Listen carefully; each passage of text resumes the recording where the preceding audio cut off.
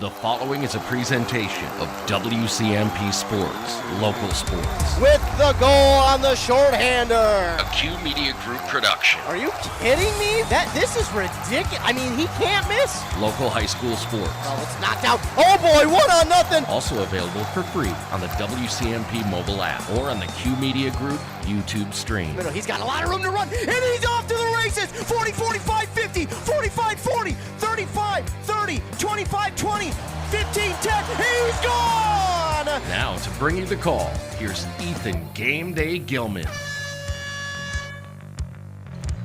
And good evening, ladies and gentlemen, and welcome inside Cambridge-Isanti High School for tonight's boys basketball matchup between the Cambridge-Isanti Blue Jackets and the St. Francis Saints. I'm Ethan Game Day Gilman. Thanks so much for tuning in here this evening, ladies and gentlemen. I am also joined by a special guest here tonight in Chris Gable. Chris, thanks so much for coming out and joining me. Hey, good evening. I'm excited to be here and broadcast these two teams. They're always good rivalry. These games are always good games. Anytime you get Cambridge and St. Francis together, it's going to be must watch. So it is. We were able to see them play during the fall sports season in football. That was another good game, but it is only going to continue, as Chris mentioned, here in the basketball world. These two teams continuing with that rivalry here this evening. Early on in the season, as we take a look at both of these squads, St. Francis, they play out of Section 5-3A. They are currently towards the bottom. They are second from last, just in front of Fridley. They have a 2-3 record at the moment with an 0-1 section record. They're scoring about 74 points per game while giving up nearly 80 points per game. Princeton is also back and towards the top of that section as well. But taking a look at the teams that they have played, there was an opening season loss to Legacy Christian Academy. Then they lost to West Tonka as well before winning their first game against New Life Academy. And then they lost to Becker by 8, a close game there. And then they would go on to beat North Branch by about 13, nearly scoring 100 points in that one. But they're coming in here tonight on the road to face this Cambridge-Isanti team. And speaking of that Cambridge-Isanti team, they play out of Section 7-4A, and they are currently 1-3 overall, but they're 1-1 in section play. Now, their offense hasn't quite got going like they would want it to. They are scoring only about 60 points per game while giving up 71, and it was really cool. I had an opportunity to talk with their head coach, Mike McDonald, and he talked about their offense and getting going. We'll hear more from him in just a little bit, but Cambridge-Isanti 1-3 overall. Again, taking a look at who they have played so far this season and kind of the outcomes of those games. 2 section games already in 4, so 50% of their games have already been section games. That is an early season.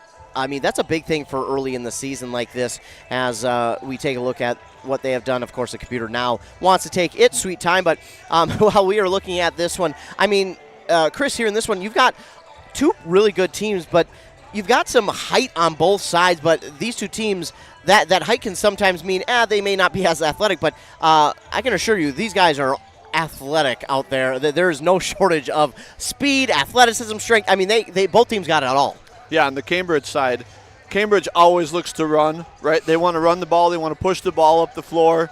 They want to cause havoc on defense. That's their motto, right? Havoc, right? That's what they want to do. They want to make life miserable for their opponent on the offensive end, and they're going to be handsy until the refs start calling it. And that's going to be the key for St. Francis tonight, is be able to handle that Cambridge defense. And, you know, as far as offensively for Cambridge, they're still looking to find kind of their identity. Mm-hmm. They're looking to find who's their scorer. You know, Jamison Eppel in the past has been that guy. Last year he was the shooter, and this year he's had to do more with handling the ball and trying to find ways to score on his own. And so it'll be interesting to see this team tonight and then look at them again later in the year with how their offense develops. No doubt. They are a pretty young team in terms of experience. They do have a couple of seniors, but not a lot of varsity experience with this squad. Again, something that Coach Mike McDonald talked about. We'll get to hear more about that in just a little bit. But he talked about not a ton of experience. So, they're, as Chris mentioned, they're still trying to find who they are. And I've always said it's you never truly kind of know who a team is until after that Christmas break. That's when you can really start to tell kind of who a team is and their identity and kind of the true starting five and the bench and the depth and what you've got. So even though it's still early season, they've still got a little bit of time to get their identity right. And again, they will return a lot of guys for next year, but these seniors, although they may not have a ton of experience, they do play a role in that leadership part. But you've got Eppel out there, then you've got maybe one of the more athletic guys just in terms of sports in Peyton Copeland, who is also on this basketball team this year. He's only a junior, but again, we watched him play football as well. Very talented athlete, shifty is all get out. You got to get more hands on him, and that's just in football. In basketball, you can't put hands on him. You got to try and just stop him. So he's got to be one to watch, I think, as well. But again, this is an offense that has only put up 60 points per game, so there is something to figure out. Sometimes it's just about meshing as one unit, and sometimes it takes a little while to do that, especially with some inexperience. Yeah, I watched the Cambridge team play the first game of the year against a very good Buffalo team, and then last game, one thing you're starting to see already is freshman Trey Gustafson starting to get some minutes for the Jackets, and he scored double digits last game for this Blue Jacket squad. And I think as the season goes along, you're going to see his minutes start to increase if he continues to play like he has been. And it's so cool when you get to see those younger players get those minutes, and then you get to watch them grow for the next 4 years. That is such a cool thing that you get to see every once in a while. It doesn't happen super often, but when you do, you know that player is going to be special. And to be getting minutes early on in a season like this, that's another thing to talk about. Sometimes you'll see freshmen get minutes, but not usually till sometimes later in the season when the season starts to come to an end and you're trying to get more players time before playoffs. This young man is getting minutes early on in the season, and I can't imagine what it's going to look like middle of the season. He might wind up being part of the starting five come the middle of the season. But as we finally get to look at their schedule so far, it did start with a loss against Buffalo, but then they were able to go out at home and beat Coon Rapids before having their lone road game of the season so far on the road at Princeton, where they fell 74-61. Now Princeton kind of back to their way. They are also a high-flying offense, and they're kind of the mentality of you're just going to have to outscore us, and not many teams can do that against Princeton. And then they would fall to Anoka here just on Tuesday, and I got to hear about kind of how that game went from Coach McDonald's perspective, and I'm going to leave all that to him to explain how that went. I'm not going to spoil anything, but this is a big game between these two teams. The only bigger games that I might think would be next week against Duluth East when he gets to welcome his son into Cambridge-Isanti High School, and then one up at University of Minnesota Duluth where he gets to play against his other son at Forest Lake up at the University of Minnesota Duluth. So only two bigger games that are bigger maybe than this one, but those are going to be special in their own right. And anytime that you get to coach against your son, it doesn't, and that's another thing that doesn't happen often, but when you do, man, it is so special. And I think that's one of the cooler stories in the state of Minnesota. Yeah, I officiate some of the summer stuff for these squads, and they kind of get the McDonald family together. I believe one of the uncles was a coach at Hibbing for a while. Wow. And so they do these jamborees where they face each other. So when those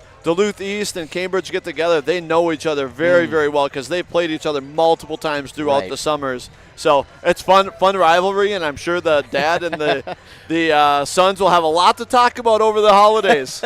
They certainly will, but we are going to go ahead and take commercial break here. We're from some of our fine sponsors. Then we're going to go ahead and hear that interview with Coach McDonald as well. So we are here during the Here's the Pitch pregame show. We're going to go ahead here. We're from our fine sponsors. Then we'll get to that interview from Coach McDonald here on Cool Country 100.9 FM and 95.5 FM KBEK. How do you want to be celebrated? A church service, a celebration of life in a chapel, maybe even cremation with an outdoor gathering.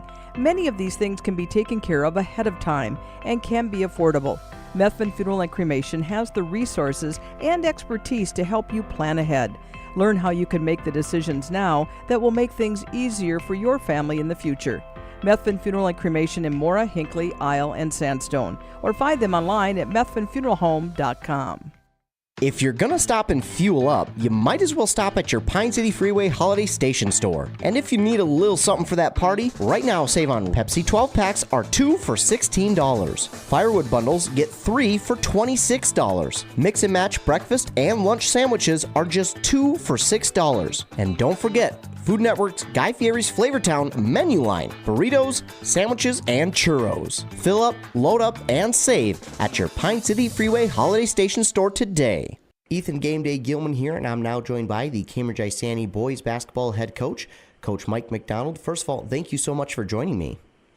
Good to be here. Good to have WCMP questioning and wondering about our basketball program here. And as we get started, I'll first ask you, how many years have you been coaching here at Cambridge-Isanti, and then just overall? Overall, this is actually my 39th year at Cambridge-Isanti. I started in 1987-88 school year. As a head coach, this is my 43rd year overall, and 45th year overall, because if you count 2 assistant coaching jobs before I got started as a head coach. And what kind of got you into coaching? What made you want to be a coach? Well, that's pretty easy. That's an easy answer. My dad was Bob McDonald, the legendary coach from Chisholm, Minnesota. I played for my dad, developed through him very much a love for basketball and the game. And from that, I decided I wanted to follow in, I guess, his footsteps and become a head coach. And quite honestly, my whole family is involved. My brothers, my sisters, my sons, my daughter, all have been involved in coaching basketball. Now, looking as we turn our attention kind of towards the basketball season, already a couple of games in, but what is the roster makeup this year? Is it younger, more veteran, or maybe a mix of both? It is. I guess you could refer to as a younger roster. We are at this point starting 4 juniors and 1 sophomore, and a group of juniors and freshmen coming off our bench. We do have 2 seniors on our roster. They can come off the bench as well, but I would typically phrase this as being a young team. We do have 4 juniors this year that however are veterans. 2 of them started last year. 2 of them came off the bench last year as 10th graders. So there is some veteran experience there. We're not totally young, so to speak, young in age, but maybe a little bit older in experience in some ways. In looking at those juniors who do have that varsity experience, or what is something you expect from them, I should say? Well, you're always expecting leadership. I think leadership is the most important thing. Even though maybe they're juniors or they're young, they have experience, they're veterans. So leadership, I think is important. And leadership by example through hard work, vocal leadership at times. I think that's the number one thing we look at, not only from I think leadership can come from all of your players. It's ownership, it's responsibility for your role and what you need to do to help our team get better. Do you have team captains this year? Yeah, we do. Our 2 team captains are Jamison Apple. Jamison Apple is he's a 6'3". He's one of the juniors. Jamison started last year, averaged about 14 points a game for us last year as a 10th grader. And so we're looking for him for scoring and leadership. And the other one is Eddie Lundeen. Eddie Lundeen is a 6'1" junior as well, another one of our returning starters from last year. Averaged about 5-6 points a game last year. Eddie is more of a guy. He's one of our glue guys that does a lot for us on both ends of the basketball court. As we take a look at the season so far, four games into it now, but through those 4 games and even the practices leading up to those first games, have there been any players who have stood out or anybody that has just grown this season? Well, I think we've grown a little bit. We still have a lot of work to do. We're 1-3 on the season right now. We lost a tough game last night against Anoka at home. We could have played a whole lot better. It comes down to us attending to a lot of the little details, I think, that we have to do. But looking at a roster, I think, there's always room for improvement throughout our roster. 2 pleasant surprises. One is Dakota Wolson. Dakota Wolson is a 6'4" sophomore. Against Princeton last week, he had 21 points, 11 rebounds, a double-double, and led us in scoring. Another pleasant surprise is one of our backup point guards, Trey Gustafson. Trey Gustafson is a 9th grader, but has put in a ton of time getting himself ready for the season. Led us in scoring 1 game against Coon Rapids, and our win against Coon Rapids. Very heady kid for a 9th grader. We have other guys, too. 2 other returning juniors are Lane Nelson and Peyton Copeland. Lane is 6'4", 6'5", interior presence for us, and Peyton Copeland, just one of our better athletes, starts at point guard for us, and great overall athlete, three-sport athlete for our high school. Looking at this team, we've mentioned the inexperience, got some experience with those juniors returning, but with the inexperience like this, what is the best way that they can kind of grow in the fastest but yet in the right way? Yeah, I think it's just attending to details. And attending to details could be little things like getting ready to play defense, getting back in defensive transition, our closing out and stopping drivers, our communication on defense, I think, can be improved. That kind of stuff. And then just offensively, sometimes getting the ball moved quicker, screening for people, getting teammates open. Just, again, learning to play together a bit more at times so that we're freeing each other up for opportunities to score. Looking at last year's success, what are some of the things that you did have success with last year you'd like to see again this year? Obviously a little bit different team-wise, but what are some of those things? Well, I think we still want to play fast. I mean, we're not playing fast enough at this point, but it's playing fast. We want to push the ball up the floor. We want to pressure on defense and make our opponents a little bit more uncomfortable defensively. Last year we averaged over 70 a game. This year, we're in the 50s and 60s, and I think we have to try to score a little bit better. Some of that, of course, can happen on the defensive end, where we have to be a little bit better defensively in getting stops and then getting runouts in our transition game. And then probably sometimes we just have to take care of the ball better. Sometimes we get opportunities as we're pushing the ball up the floor, but then we make an unnecessary turnover. So some of it, and that might be a little bit experience or a little bit of, just a little bit too excited at times of making that easy pass instead of trying a tough pass that doesn't get through. So I think those are some things. There's a lot of little details that we can get better on, and we know we can get better. We'll get better throughout the season. And, the thing is, though, we're a Class 4A basketball team, and in our schedule, and in our conference, too, there's no easy get-well games. You just have to show up and get ready to play each and every night. As we take a look at the schedule, you've got a couple of games here before that Christmas break, which leads into a couple of tournaments for your team. But what are some of the goals that you're looking for from your team here the next few weeks of play as we go through the Christmas break? Well, one of the easy goals is continued improvement. That's one thing we're looking at here, and I think we can do that. It's just focus on that improvement, focus on what you can do as an individual player to get better. We know that I think that's step on. We think some of the goals that we have, we think that we have the ability to challenge in our conference, the Mississippi A Conference, and in our Section 7 4A. But again, if we can continue improvement, sometimes get a little bit physically and mentally tougher at times. I think that's an important thing. We talked about taking care of the basketball a little bit more, getting each other open, being a star in your role on the team. All those little things that, successful basketball teams, not only that I've coached in the past, but those that you see around the state and around the country, those are the things that make teams successful. I know it is taking care of one game at a time is the goal, but taking a look, you've got two tournaments you'll be a part of here over Christmas and the New Year's. You'll be up in Duluth for both of those. How special is that for your team to be a part of those tournaments? Well, that's special. I mean, we're going up to UMD on the Monday the 29th and the 30th, playing Hermantown, and then we're playing my son's team at Forest Lake. My son Kyle, my youngest son, is the head coach at Forest Lake. And so that's always a special game. We're playing on a neutral site this year instead of home-and-home type of rotation. So we decided to play it neutral. It fit in our schedule pretty well this year. So that's special, playing on a college floor, playing at the UMD campus. Romano Arena is a very nice place to play. So it'll give us a chance to play at a nice venue. And we'll have an overnight there, which will be good for our team and our bonding, and so to speak, and stuff like that. And then the following weekend, we're up there at a Breakdown Lake Superior event. And we'll play Hibbing, which is a good Class 3A team. So we have some challenges. This Friday, of course, we have a big rivalry game against St. Francis on our home court, so we want to get ready for that first. And then the 23rd, right before Christmas, we actually play a big Section 7 4A game against Duluth East, which is my oldest son. Rhett is the head coach at Duluth East. So, again, we have some family stuff.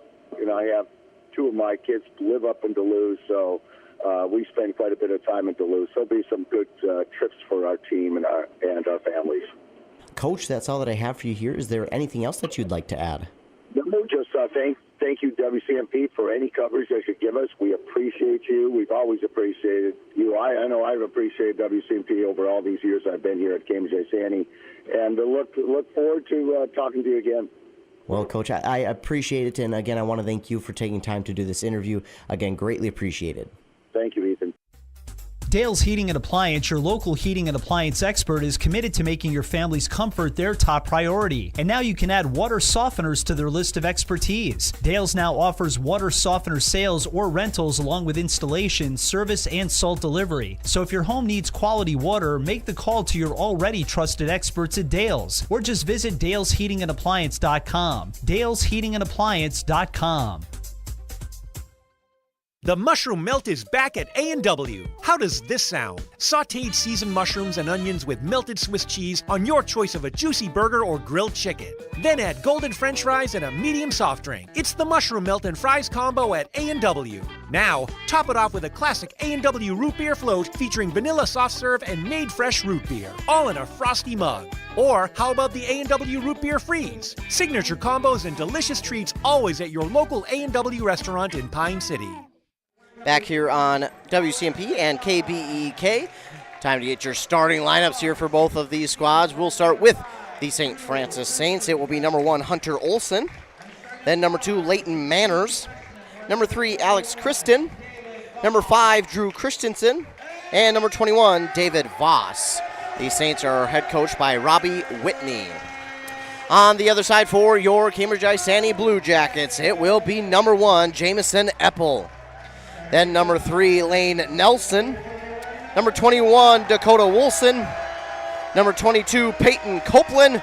And number 45, Eddie Lundeen.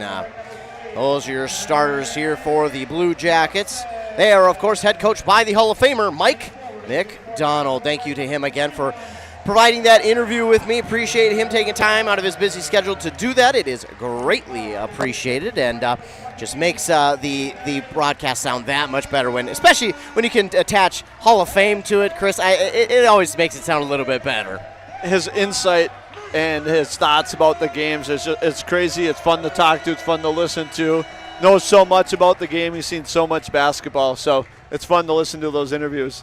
Yeah, that was my first time interviewing him, and I just had to sit back and try and take it all in the best I could while also remembering, oh, hey, I actually got asked questions during the interview. So it was kind of tough because I was like, oh, man, I could just sit and listen to you talk about this game for so long. But and then I realized I was like, okay, I actually have to do something other than just listen. But what a treat it was to be able to get to interview him. Hopefully we can get it more. But we are ready for tip-off, and it is going to be Wilson and I believe Kristen at center court for tip-off for both these squads. Blue Jackets in their all-blue unis, the checkered on the side of the jersey and short on both sides, the white letters and numbers.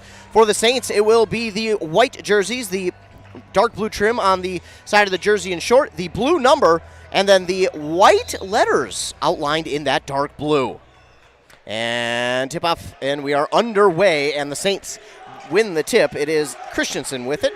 Top of the key. He'll wait and he'll be patient. Give on the near side, Voss. Voss has got a lane. He stops near the elbow. Now gives back to Kristen. On the far side, back to Voss. Voss on the near side, now Manners. Manners in the corner to Olsen. Olsen gets around one. Thought about giving. Now on the far side, Voss. A 3. That's going to go long. But right there for the rebound, and we're going to get an early foul. Manners with the rebound, but he is fouled. He gets to go shoot 2. Yeah, Lane Nelson with that foul there. He thought he was straight up. Ref didn't see it that way. 2 free throws to start here for the Saints. 17:38 to go on that Embrace Orthodontics scoreboard. They have 3 locations in Pine City, Lynchburg, and 1 right here in Cambridge. It's a brand new location here in Cambridge. If you're traveling west in here to Cambridge, and it's on the north side of 95, brand new building right between Starbucks and Caribou. Meanwhile, it is 1 of 2 there for Manners, so St. Francis has the 1-0 lead. Here come the Blue Jackets back the other way. It's Copeland to start with it, and now give on the far side Lundeen. Lundeen pauses, waiting for something to set up. He'll dribble, give on the near side now to Wilson. Wilson gives to Nelson. Nelson inside, trying to get Lundeen open to the basket. He's got nothing but a nice move there. The hook shot is in for 2. You don't see the old school hook anymore. Looked a little bit like a Keem right there. And now, not to interrupt, but we got a steal, and Copeland drops it in for 2. No, you're right. We really don't see that hook shot very often anymore. It's something that is rare when you see it, but when you do, man, some of these kids look like they have perfected it, and he surely did. Meanwhile, it is 4-1 now. Cambridge-Isanti with the lead. They're going to knock this pass out on this near side. It will stay with the Saints, but 4-1, and what a good play, though, defensively by Copeland to get that ball back and go score. He's so sneaky defensively. Like, you always have to be aware of where he is on the court. He loves to do that on the press, sneak up from behind, knock the ball away, and get those layups. As we see another one get knocked out of bounds by Cambridge-Isanti. Saints will hold on to it deep inbound to Olsen, nearly on the far side. Now he'll try and drive, gives an elbow, but then gives back outside Voss. Voss will give on this near side to Manners. He wanted it. Now he'll drive. Good job to keep that one away. Tipped and stolen away. This will be Lundeen who pulls in the steal. He'll drift to this near side. Copeland, 3. Good! 7-1, and well, the offense so far looks pretty good. Copeland again pokes it out from behind. This is going to be Wilson. Wilson tries to drive, puts up the shot, no good, but he's fouled. And we talked pregame about the havoc on the defense, and we've seen multiple turnovers already here by the Saints. And if the Saints want to stay in this game, they're going to learn, or they're going to need to handle that pressure from the Blue Jackets. And Mike McDonald in his interview said, we just need to move faster. We need to play faster offensively. He also mentioned defensively that, hey, we got to be better. We know we can be better. And so far, pretty good start to this game, but it's not how you start. It's how you play the entirety of it. So although it's a good start, they have to continue playing. Meanwhile, Wilson missed his first, but he does hit the second, and it's 8-1. And the Blue Jackets set up here in a 2-1-2 press, and this is where they get a lot of turnovers and want to force teams to make mistakes, just like right there. Lundeen with the steal. He'll take it himself. Fouled as he went up for that one. Strong drive, and the Saints really had no option there. No, and again, they want to foul on that press, but they're trying to dribble through 2 people. And when you're playing 3A, 4A basketball, refs aren't going to call that a foul when you're dribbling through guys. And the Jackets are able to get another steal off of that press. Meanwhile, Lundeen hits his first to make it 9-1.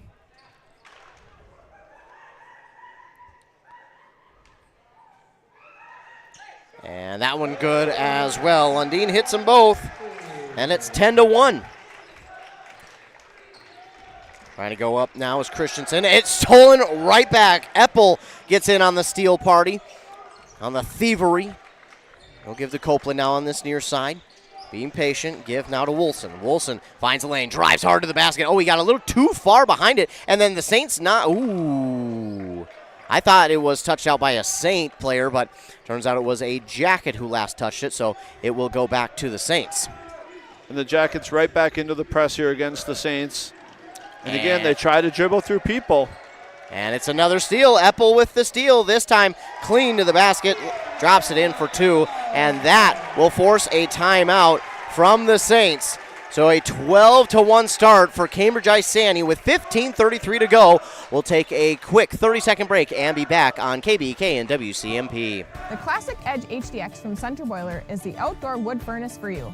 This furnace can heat anything, your house, shop, greenhouse, even a pool, all with one Classic Edge HDX. The Firestar combustion control takes all the worry and guesswork out of wood heating. It automatically controls combustion for highest efficiency with any kind of firewood, and you can remotely monitor the furnace from anywhere. Northland Boiler Sales, your local central boiler sales dealer. Visit northlandboilersales.com. Back here on Nice 95.5, KBK and Cool Country WCMP. Blue Jackets' hot start continues, but it's a Saints timeout, and let's see what they can do out of this timeout. So the Jackets come out here in a 1-2-2 this time out of the timeout to mix up the defense for the Jackets. So far, St. Francis got it up court this time, which is a new thing for the last few possessions. A fadeaway shot is no good. Good rebound almost, but it was taken away by Wilson. Maybe just mistimed the rebound there, did St. Francis. Now Copeland will give it to Wilson. Wanted to go to Lundin in that far side corner. Guarded a little too well. Now gives to Eppel. Eppel on the near side to Nelson. And Nelson, top key. Ew, Copeland wanted it, but smart play not to. Instead gives inside to Nelson, who missed it. Got his own rebound. Too strong on that one. Another rebound, and he's fouled. Well, you're happy he got his own rebound, but you'd like to see him drop that one in on the first try. Yeah, Nelson staying with it there. Missed two layups there, and then on the third one got another rebound and got fouled, and he'll head to the line. So it is Manners first, team's third. And that one gets a friendly bounce for Nelson. Make it 13-1. Checking in now for St. Francis will be number 23. That is going to be Colton Berman.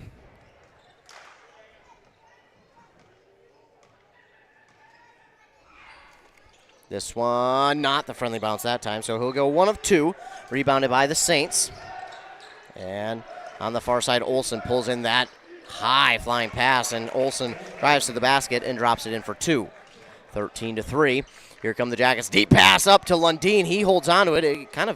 It almost stuck to his hands and then dropped back out.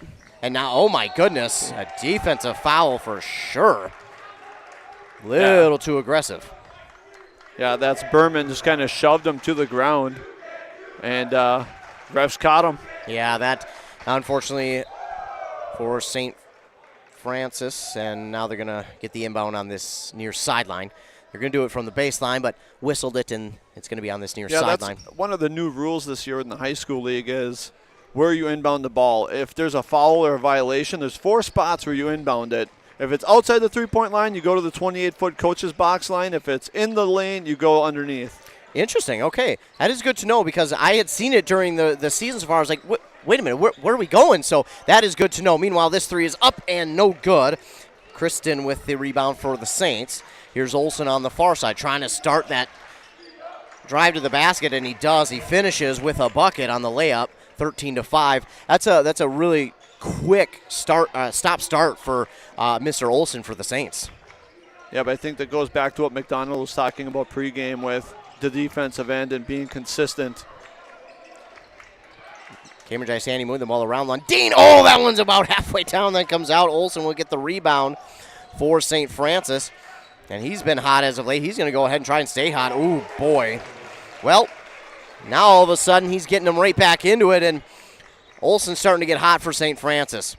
He'll give underneath now to Nelson. Nelson going to try and back down the defender. He'll give outside. You got 2 Blue Jacket players right by each other, but, man, it works out because Wolson not only drives to the basket, he draws the foul and also makes the bucket. Big shot right there. Didn't look like the offense was set correctly, but Wilson made up for that, drove the basket, got fouled to stop the Saints 7-0 run. Yeah, I pretty sure it's kind of like in football. You don't want 2 players running the same route real close to each other. But like you said, it did wind up working out, and Wilson makes it a 3-point play to make it 16-8. And here come the Jackets back in their 2-1-2 press now. Well, that's where they got a ton of those turnovers. A majority of their turnovers so far came from that. But St. Francis gets around it this time. It's in the hands of Christensen. Christensen, he's going to try and drive in. Oh, but a nice spin move, but it's not going to. Well, it will work there for 2, but he had to put a little extra oomph on that one because the spin move didn't get him where he wanted to be. Bounced around about 3 times on the rim before falling. 16-10. Nelson now to Lundin. Underneath to wrong side, Eppel. Now to Lundin again. Copeland left alone for 3, and that's good. It's one thing to be open and just to be able to shoot the ball. It's another thing to be so open and be able to drill it, because sometimes you can get in your own head. Yeah. Another turnover here by the Saints in the 2-1-2 press. Now, the last time the Saints beat it, because they were patient and they passed the ball, when the Saints are turning it over here on this press, they're trying to dribble through it. And that time they tried to dribble, and they got called for a carry. So the Saints need to go back to what they did last time by moving the ball, slowly working it around, and making the defense move instead of trying to dribble through it. Yeah, right now that Cambridge-Isanti defense playing pretty darn well. Here they will get an inbound. They'll start in the backcourt with number 12. That is Trey Gustafson. Gustafson will give to Eppel, and driving to the basket is Copeland. No good on that shot. There's Nelson, though, for the rebound, and he gets fouled. And good rebound there by Nelson, and I think he's left-handed, and so I think sometimes that throws the defenders for a loop, seeing somebody such a strong left-hander going up left-handed. It is definitely a little bit different. Jaden Kruger also into the game for St. Francis. We're in number 24. Meanwhile, the first free throw here for Nelson is no good. Checking in for St. Francis now is number 11 as we try to keep up. Rylan Barlow.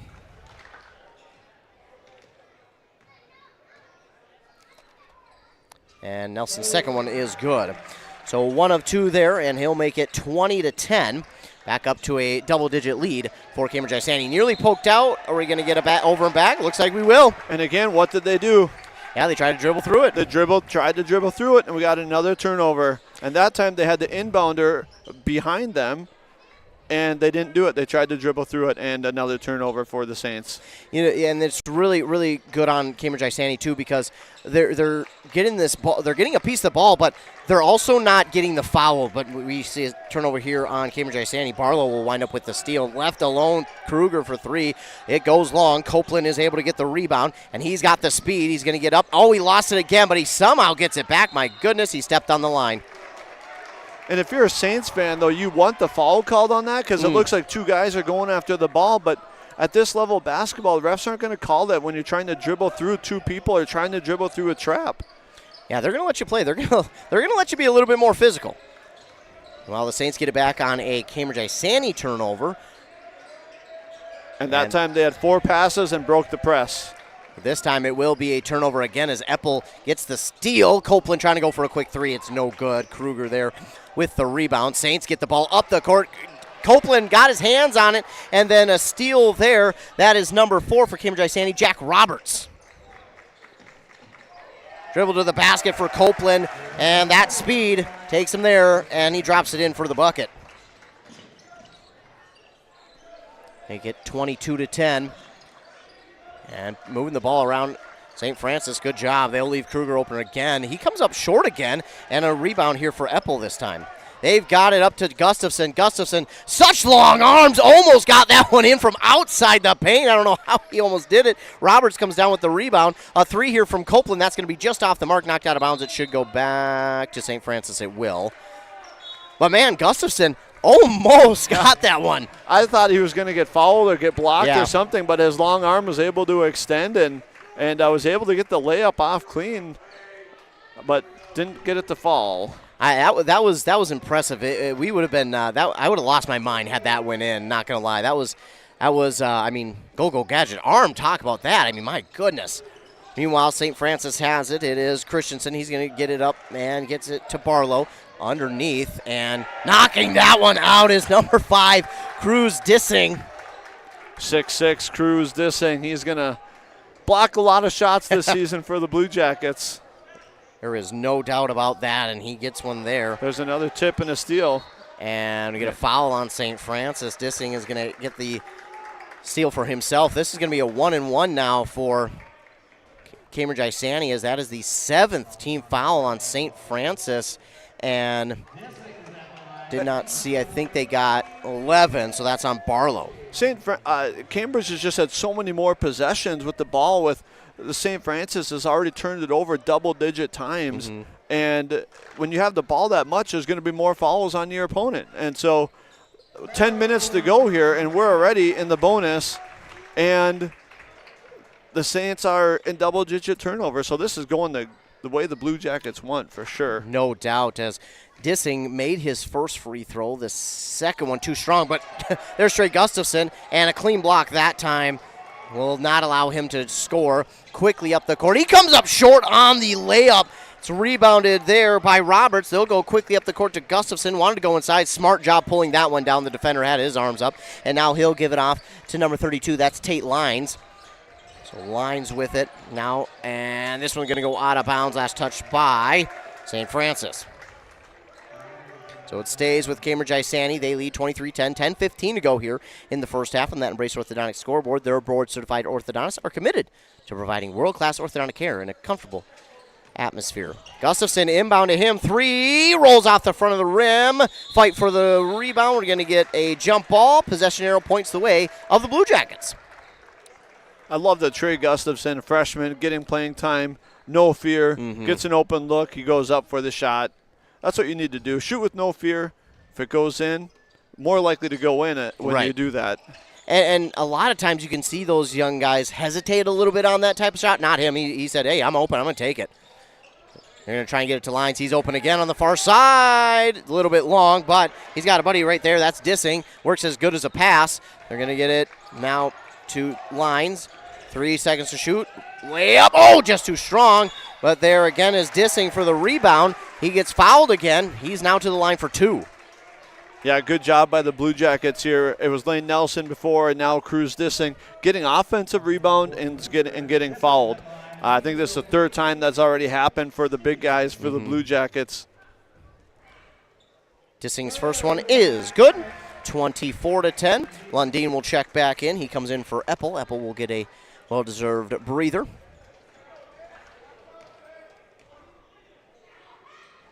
And that one too strong. It hits the back of the rim.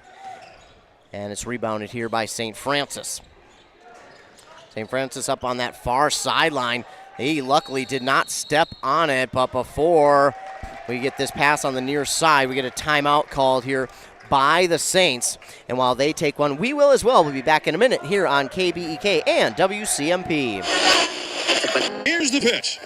Here's the pitch in North Branch, the area's premier indoor batting cages and training facility. Coaches, when you need space that's air-conditioned or heating with enough room to get in some team training, book Here's the Pitch. Fixing swings, catchers using the state-of-the-art machines, breaking in bats, whatever the team needs to dominate next season.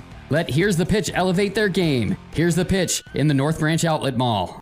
ECE Fiber is built by your community for your community. Work, play, and stay connected to what matters most. We offer affordable home and business packages with no hidden fees and 24/7 support. ECE Fiber, easy to use, simple to set up.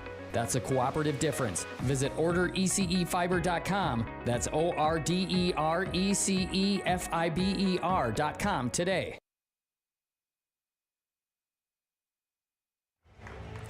Back here on WCMP and KBEK, the timeout called there by St. Francis.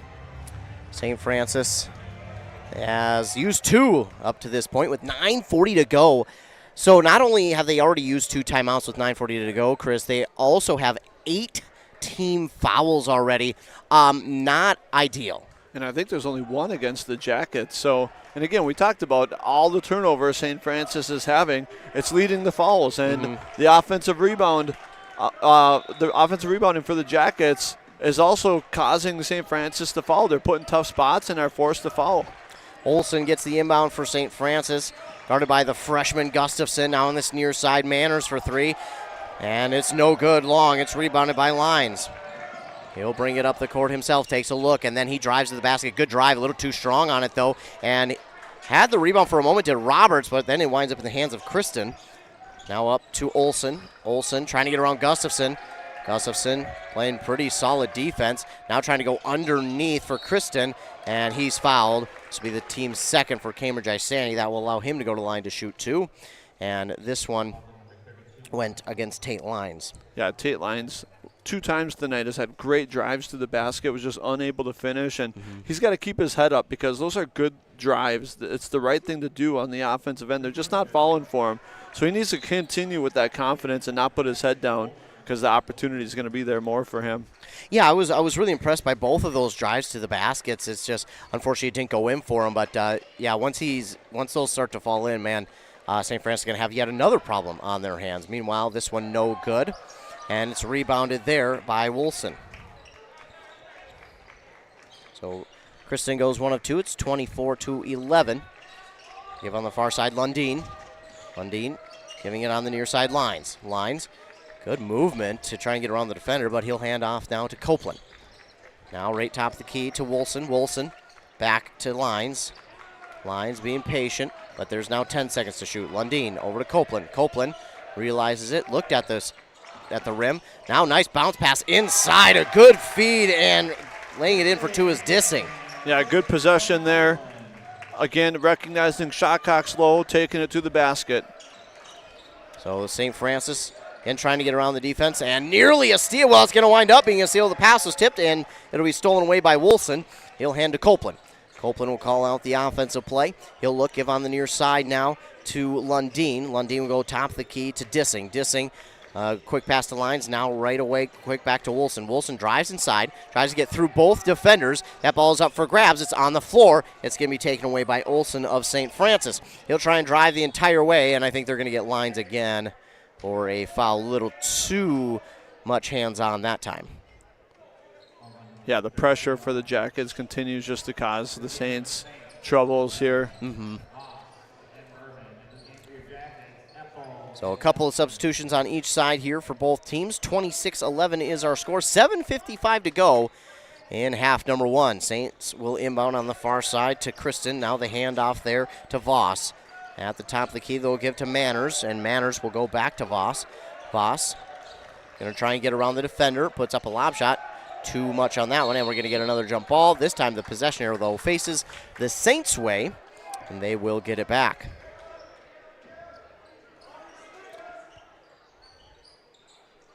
Voss will get set to inbound now for St. Francis. He'll lob it in here to Christensen. Christensen, he'll take a long three. He'll come up short, and it's rebounded by Lundeen. Lundeen on the near side, Eppel. Eppel, long three. Oh, rolls off, and rebound there for Kristen. Yeah, Eppel is yet to get going here for the Jackets. I believe he only has 2 points so far in the night, and he's definitely one of the offensive leaders for the Jackets that will look to get going here as the game goes along. Christensen with the drive and then stop right outside the paint, and then the defender bumped him a little bit in the back, and he drew the foul that time on Copeland, his first and the team's fourth. Inbound near side, Kristen trying to drive around, drive inside, try to pass it underneath, but there was the defender, Eppel. Not a steal, though, as St. Francis still holds on to it. And they'll get a foul here as Christensen goes up for two. This will be the 15th foul now on Cambridge-Isanti. Lane Nelson with his second. And Christensen to shoot two.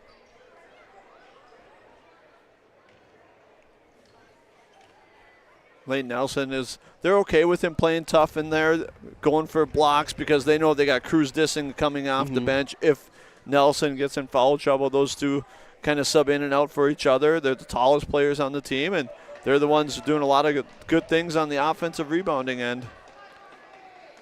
Christensen makes one and misses the other.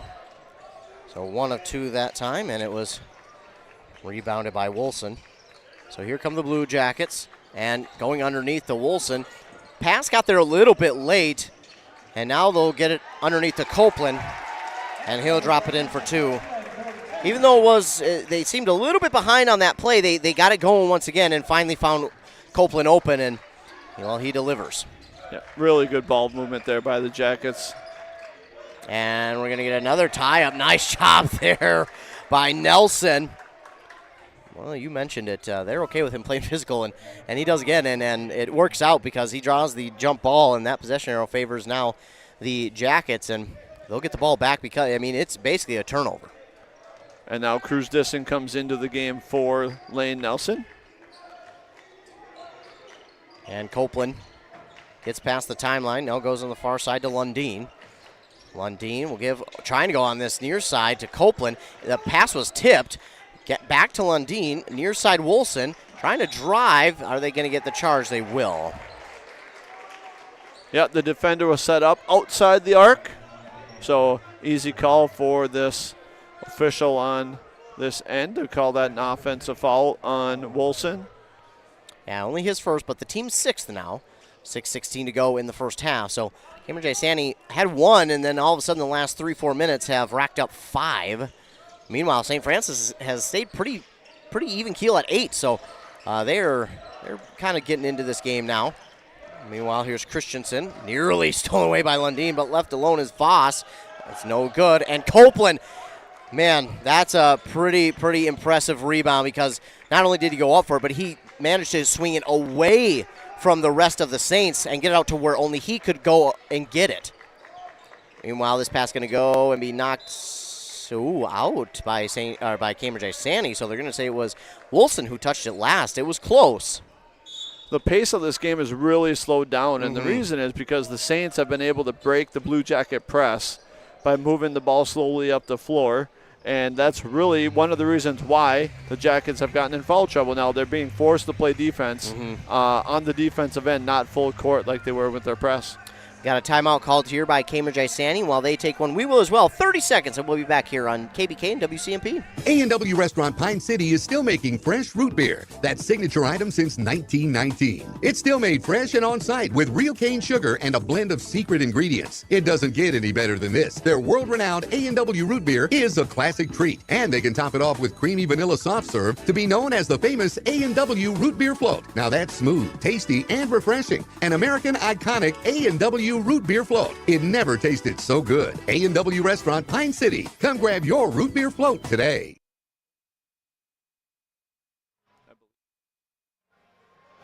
So this game going to take an extra pause. Looks like we may have some possible blood on the floor. So just in case you want to know how physical this game is, no, but there is some blood, so they will take care of that. But You mentioned the pace of this game to start was absolutely on fire. I mean, it was awesome to see, but it has really slowed down now for both teams. And you mentioned how St. Francis is now forcing Cambridge-Isanti to play a little bit of defense, and it seems like that is at least a little bit affecting their offense. Yeah, I think we called the timeout with 15:30 in the first half, and it was 12-1 already. Yeah. And now the Jackets, there's 5 minutes to go, and the Jackets are sitting at 28. And haven't been able to get much going other than the turnovers and the layups. And then on the defensive end, when the Saints get it on their side of the court and move the ball around, they're getting shots. A lot of three-pointers are not falling right now for the Saints, but they're also drawing fouls right now as well, as the fouls are now 8-6, and it was just 8-1 a minute ago. Yeah, that's a really good point, too. The fouls are starting to pile up for Cambridge-Isanti as well, so that'll be something to keep an eye on. But St. Francis will inbound out of the timeout.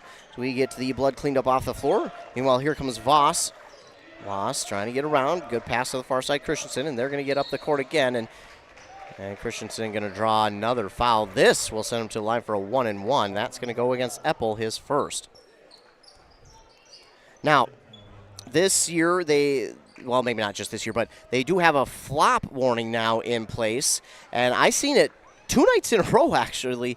I seen it, I forgot when, but I know I seen it twice last night, a flop warning. So that was something that was interesting to me. I know that they have it in the NBA. They rarely use it. But they have it now in high school, and I was surprised to see it twice in one night for both boys and girls. It was a little bit of a surprise to me as Christensen makes his first. I'm curious to ask what context was it used in? Was it like somebody flopping on a shot, the shooter flopping, or was it like a charge block flop? It was the player with the ball who flopped, actually. Or yes, one I think was the player, and then one was the defender who flopped. So it was it went both ways. So it was pretty interesting to see. Meanwhile, Christensen only makes 1 of 2. That the rebound rather, is going to be knocked out of bounds by Cambridge-Isanti. It will stay with St. Francis, and they'll have another go of it here offensively. Olsen trying to get around his defender, Lundin. Lundin, though, sticking to him like glue, and it may be more than glue at this point. But Olsen somehow gets his own rebound, and now nearly a tie-up. He puts it up and gets the spin. Not even a bounce, a spin at that point, and all of a sudden 28-15. Good work by Olsen there to stay with that rebound and not give up on it and be able to knock down that layup. Copeland was under a ton of pressure there at the line, and now he gets the pass back, trying to put up a shot, a little bit off the mark, and rebound here for Christensen. It seems like Cambridge-Isanti is rushing things a little bit offensively. It just seems like they know that they can score, but they're trying to do it too quickly.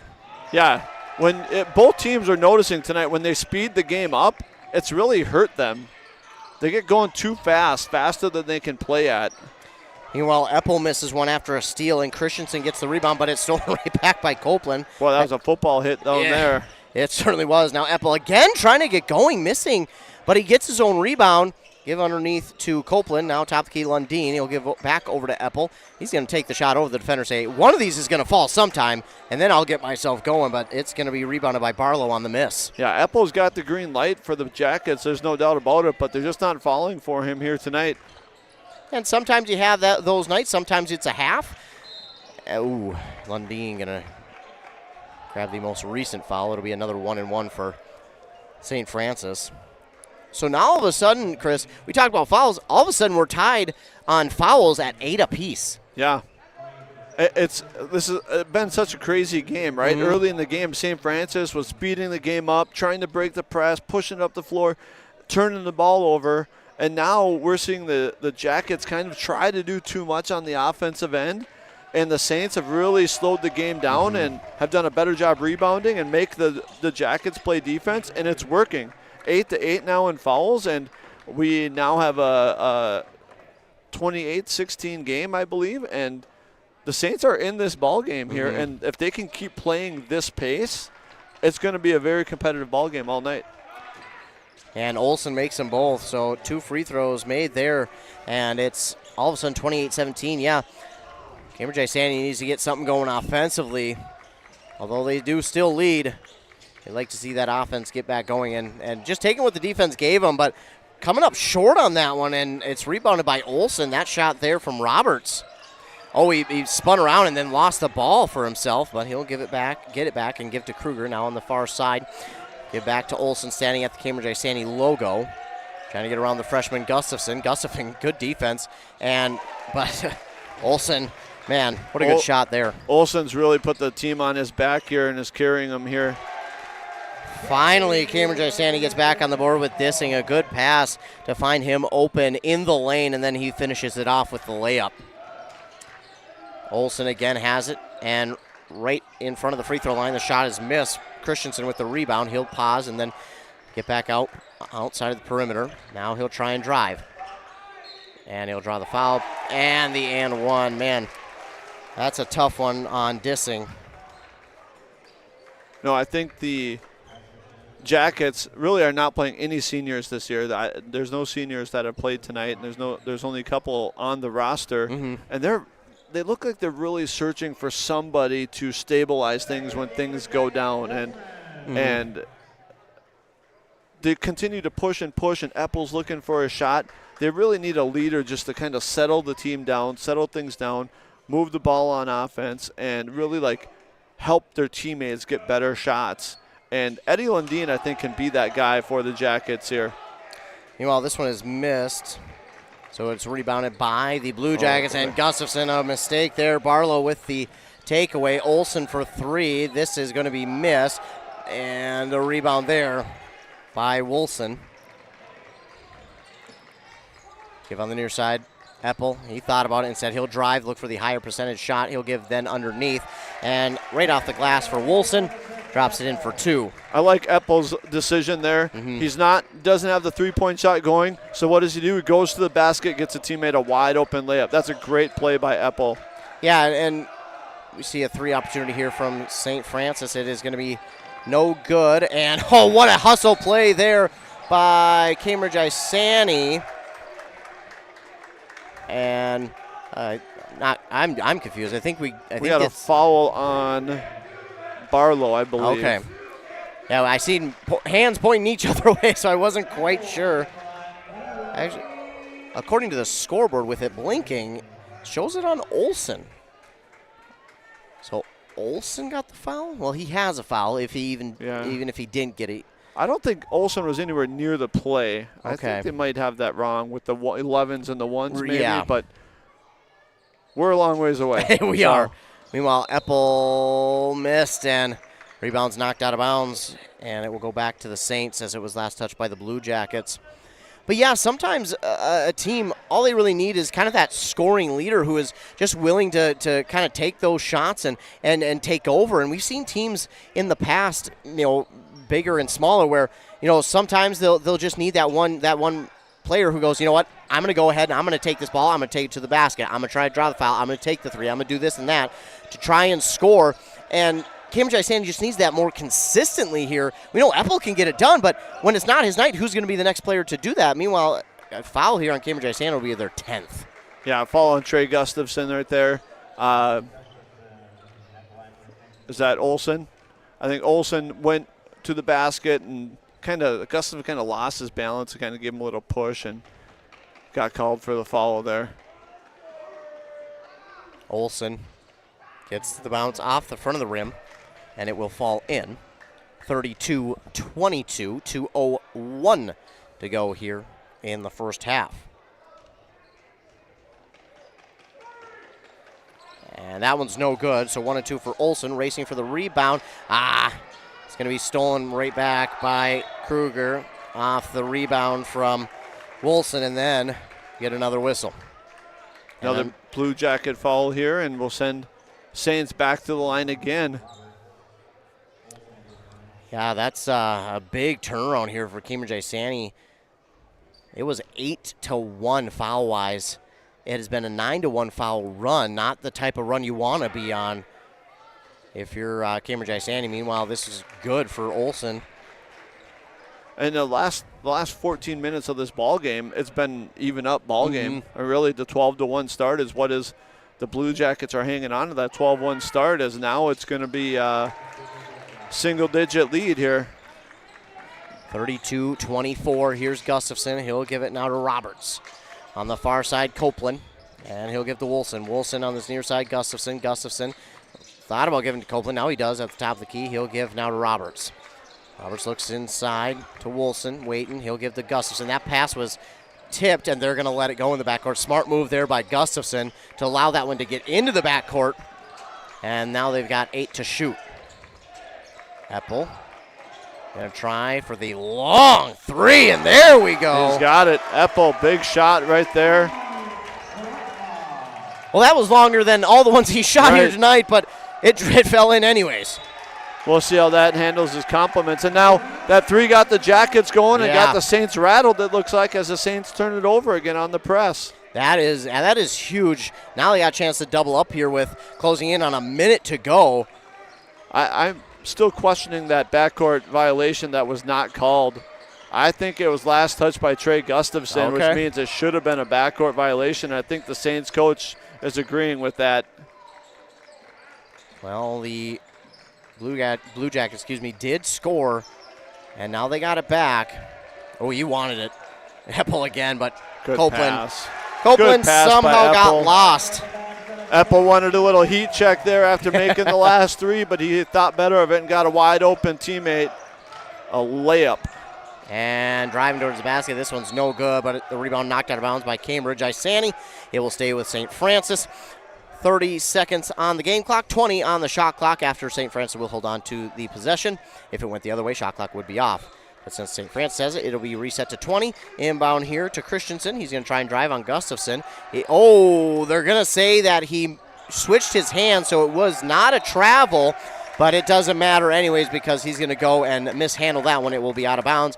Cambridge-Isanti will get it back. 22 seconds left, no shot clock on, and Cambridge-Isanti has a chance to take the last shot. I guess, Chris, what do you want to see Cambridge do here? Last shot or just take the open shot, or what's the mindset here? I think you want to take the last shot, get your shooters an open look here, and really send the Saints back to the locker room down more than 13 here. Well, Copeland and company being patient, 8-7 now. Copeland being patient. He looks to his left now, drives middle, shot is up, and good for Copeland. And that's going to do it for the first half of play. The Jackets get the final few drives to score, and they lead at the half 39-24 on that Embrace Orthodontics scoreboard. Embrace Orthodontics, they will leave you with a smile you'll embrace forever. Coming up after a word from our fine sponsors, it will be our halftime show presented by Hones Auto Body and Glass in Mora. So be sure to stay tuned, but that is after a word from our fine sponsors here on both WCMP 100.9 FM Cool Country and Nice 95.5 FM KBEK. Are you tired of spending your weekends on yard work? Central Outdoor Services in Pine City is your complete solution for all things outdoors. From perfectly manicured lawns to stunning landscaping and patio installations, we've got you covered. Need a boulder wall, some light dirt work, a fire pit, or even reliable snow removal in the winter? We do that too. Central Outdoor Services is here to give you back your free time so you can enjoy your yard instead of working on it. Visit centraloutdoormn.com to learn more or give us a call today. Are you looking for the perfect way to promote your business? Custom apparel's the answer, and tdealers.com makes it easy. Let's build your brand together. From the design stage to production, we are on your team to create gear that gets noticed. Whether you're building a brand or repping your business, we got your back. High quality merch, fast turnaround, and no stress. So go to tdealers.com and check out our winter sweatshirt special. Finding that missing shin guard, remembering whether it's a home or away game, getting the right kid to the right playing field on the right day. Why are simple things sometimes so complicated? Thankfully, with auto owners, insurance doesn't have to be one of them. We work with independent agents who keep insurance simple so you can worry about more important things, like not being that fan. Oh, come on, ref! That's simple human sense. Your local auto owner's agent is Pine Insurance Agency. Visit them at pineagency.us today. pineagency.us. Hey there, Brad from Lee's Pro Shop here. Are you ready to show off that school pride? Lee's Pro Shop is your official letter jacket supplier, and we're here to help you celebrate every touchdown, goal, and win. We got everything you need to create a perfect letter jacket that tells your story. And for a limited time, when you come in and mention this radio ad, you get $10 off your letter jacket. That's right, $10 off. So come in, let's start to tell your story. Lee's Pro Shop, where the passion for sports begins.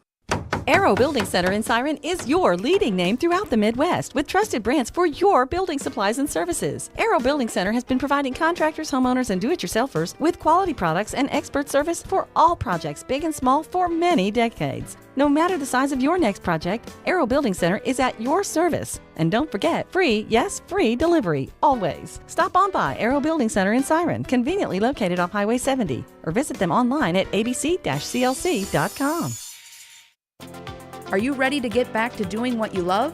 Whether it's recovering from an injury or preventing one, Wellia Health Sports Medicine Team is here to help. From kids to adults, we specialize in treating sports injuries, including concussions. We're here to get you back to peak performance. Call us today at 320-679-1313 or schedule an appointment through MyChart. Visit welliahealth.org. When it comes to yours or your loved one's end-of-life celebration, there are many options. Find guidance from the professionals at Methvin Funeral and Cremation Services. Church services, celebration of life services at one of their chapels, a ceremony in a park, or even cremation. Methvin has the resources to facilitate everything from start to finish. Methvin Funeral and Cremation in Mora, Hinckley, Sandstone, and Isle, or find them online at methvinfuneralhome.com, serving our community since 1912. Hey Mark, I spent about $3,500 on heating this last winter. Whoa, sounds like you need to switch to a central boiler outdoor wood furnace like I did. A wood furnace? That sounds like a lot of work. No, not really. I have my wood delivered, and with a large firebox and a central boiler outdoor furnace, I usually just fill it once a day. Whoa, that sounds great. I heat my domestic water, garage, and I'm saving a ton of money every year. Well, where do I get one? Northland Boiler Sales is your local central boiler sales dealer. Visit northlandboilersales.com. Stay connected with ECE Fiber. Get fast, reliable internet for your work-from-home needs. No more lag during virtual meetings. Manage your account easily with the ECE Fiber mobile app. ECE Fiber. Simple, local, reliable. Visit orderecefiber.com. That's orderecefiber.com. Your journey to smile with your forever starts at Embrace Orthodontics. The team at Embrace is committed to providing world-class care and a remarkable orthodontic experience. Choose between custom Light Force braces or Invisalign clear aligners with locations in Pine City, Lindstrom, and Cambridge, and a plan to fit your budget, whether you have insurance or not. Embrace Orthodontics will make your smile journey comfortable, convenient, and customized just for you. Visit EmbraceMN.com today to find out how to set up your free exam. EmbraceMN.com. Embrace Orthodontics, a smile you will embrace forever. back here on 100.9 FM, Cool Country, and 95.5 FM. Nice 95.5. Ethan Game Day Gilman along with Chris Gable out here at Cambridge-Isanti High School for this Mississippi 8 conference matchup between the Blue Jackets and the St. Francis Saints. Taking a look at the first half, look at some stats here. Leading the way for St. Francis, no surprise, Hunter Olsen with 16, 6 for Drew Christensen, 1 each for Manners and Kristen. They had 4 steals and 9 team fouls. Then on the other side for Cambridge-Isanti, leading the way was Peyton Copeland with 16 points. 6 then for Dakota Wolson and Cruz Dissing. Then they had 5 for Eppel, 4 for Lundeen, and 2 for Lane Nelson. Led in rebounds by Wolson with 5. They had 12 steals as a team. And they had, It was Eppel and Copeland each with 3. And then they had 1 block. That came from Dissing. And then 11 team fouls. Francis turned that around. They only had 1 to finish off the half, while Cambridge-Isanti had 10 in the last 12 or so minutes. So it was a big-time run there for St. Francis. I want to mention real quick before I go too far into the broadcast and I forget. I want to give a huge shout-out to my sister, Emily. I want to give her a huge shout-out. It is her birthday today, and sadly I was not able to be there and join in on the celebration. So, Emily, happy birthday today. Wishing nothing but the best here today from your big brother. Happy birthday. Don't forget, you are the second famous in the family. But I still love you, and happy birthday to you, Emily, on today. So I hope you have a great weekend as well. But here in halftime, Cambridge-Isanti leading by 15.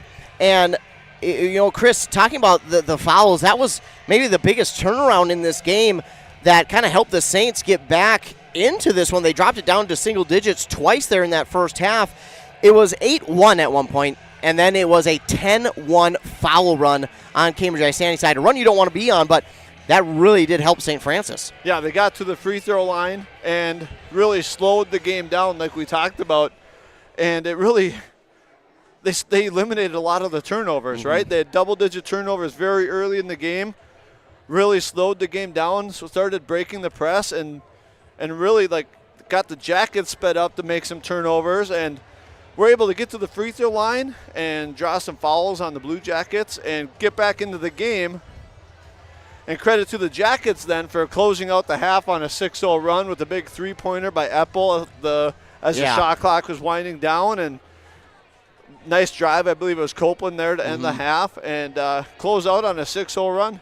Yeah, and you mentioned it that you would like to see Cambridge-Isanti take the last shot, and they were able to with Copeland.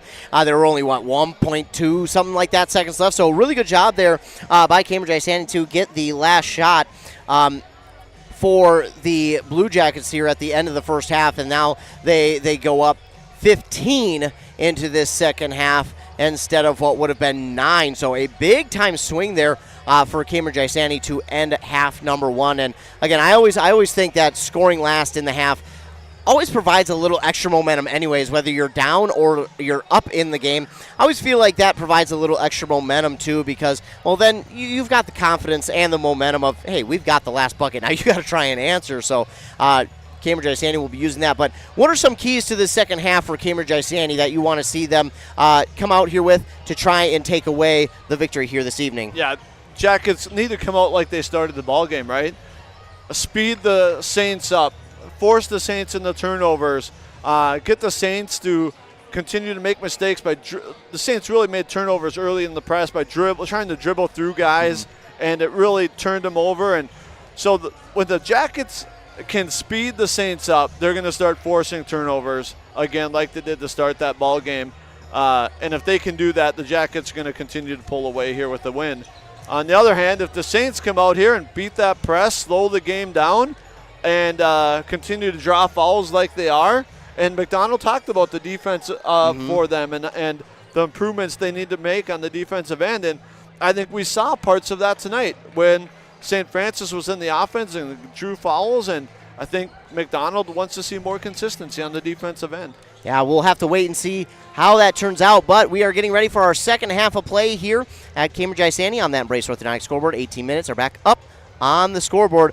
Meanwhile, I want to shout out my sister Emily. She didn't hear it the first time, so I'm going to do it now because she gets to hear it. It cut out for some reason. But Emily, happy birthday, Emily. I want to say love you. Have a great night tonight. Enjoy the rest of the night on your birthday. Not able to join in the partying festivities here this evening, but I just want to wish you a happy birthday. I want to say I love you, and I hope you have a great rest of your birthday night and a fantastic weekend.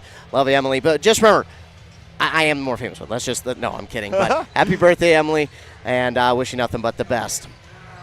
So we are ready for half number 2. It will be the Saints who will start the half with the ball. 39-24 is the Blue Jacket lead. And the Saints trying to go on that run that they had there in the good chunk of that first half, really. It was kind of the first, 3-4 minutes for Cambridge-Isanti. Then all of a sudden it was St. Francis for the next 13-14. Meanwhile, St. Francis trying to move this ball around. They don't have to deal with the Blue Jackets full court this time, but now a 3 here from Olsen, and he cannot start where he left off in the first half. He misses that 3, and it's rebounded by Eppel. Copeland now on the far side. Now to Lundeen. Eppel was open from 3, pulls it down as the defender got there quickly, and he drops that one in for 2. You don't see a mid-range jumper very often, but good hit by Eppel there. Pump fake, 1 dribble, good shot. And a smart play, too, by him because he could have taken that 3 and tried to get over the defender, but just a really smart play to pull that one down, take 1 step in, get around the defender, and have a wide-open shot. Meanwhile, we got a ball that went out of bounds. Last touch by Cambridge-Isanti, 41-24. Driving inside is Olsen, and oh my goodness, he came down really funky on that leg. He is okay, but he did draw the foul. Olsen has really been gutty tonight. He's had a couple rebound putbacks where he's been hammered, a couple of hard drives, drew some fouls, and really doing a lot of the dirty work and really putting the team on his back tonight. Meanwhile, that foul was on Wolson, and Olsen gets this one to roll in.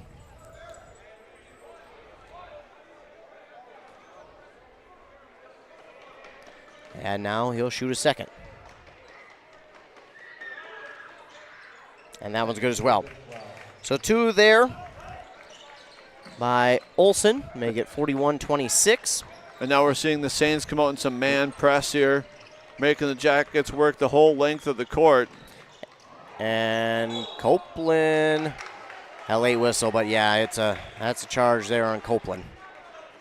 I think there was a little confusion there. There was not much of a whistle, and it came really late on that. I was about to get on here and say no call on that, but the ref came in with offensive foul on that. Yeah, I was kind of waiting as well. I was like, wait a minute, that looks like it should be one, and they eventually did get the whistle. Meanwhile, this goes right to Copeland on the steal, as if he was the intended man. Obviously not, but man, just perfect place, perfect time. Now Blue Jackets have it back, so that charge won't hurt them. Now on the far side, they give to Eppel. Eppel to Lundeen. He waits, looking for Nelson inside. Copeland 3 on the elbow, no good. And, that rebound almost went out of bounds, but Olsen's going to wind up picking it up for St. Francis. He gets around Copeland, and it got knocked out of bounds by Copeland, but they're going to say Olsen had touched it last, so Cambridge-Isanti will hold on to it. That's again, another one of those plays where Copeland gets his hand in there, but he avoids any type of foul. Yeah, his hands are so quick. He's so quick defensively, and just doesn't get called for many fouls when he does it, but manages to get some steals and knock balls away. Meanwhile, they will pass to Copeland. He fakes the pass overhead. Now gives it to Nelson. Nelson will give to Lundeen. Lundeen mishandled that one, so he'll take it, drive inside, trying to get it to Nelson. Too strong on the pass, and it goes through Nelson's hands. And Nelson obviously upset with that one, as that was going to be an easy 2, maybe even if the defender got there, draw a foul, but it's going to be a turnover instead. Olsen up on this near side. And what a steal by Lundeen. And then Copeland floating to the basket for 2. And this is where the Saints got in trouble. What did they do? They dribbled and got into a trap and got themselves into trouble. This is the danger zone right here for the Saints. And they're again dribbled, knocked away, turnover. Here come the Jackets. Copeland again for 2, but it was Lundeen forcing the turnover with the pit pocket move. Copeland would wind up getting the steal, but it all was set up by Lundeen. Now Saints, again it's Lundeen. fourth steal for him personally, but he's probably been responsible for about 7, 8, maybe even close to 10 of the steals they have. And again, it was kind of off the dribble, another steal. And here's Eppel. And all of a sudden, Eppel is looking like a different monster here in the second half. And they're going to get him for a travel. He did get the steal initially, did Wilson. I mean, again, a pass right to him. He stepped in front of it, but then did not. We'll say that's ball. 4 straight turnovers now for the Saints, and we're getting into the danger zone here. They need to slow the game down before this gets out of hand. They're trying to dribble too much. Every turnover has been a dribble knocked away. Yeah, and not only that, now they're down by 22, and while I understand the hurry as we get a 2 here from Christensen, while I understand the hurry, you also got to be patient because if you hurry too much at this point, you're going to wind up being down by 30 real quick. Meanwhile, nice, unfortunately missed shot, but it was rebounded there by Nelson. Now he tries to throw it off the defender. It winds up staying in play, and another shot that is missed. It will be out of bounds, last touch by St. Francis. They let it go thinking it was off of Cambridge-Isanti, but they had touched it last. Now Cambridge-Isanti catches a little bit of a break here, and they'll continue to try and pull away.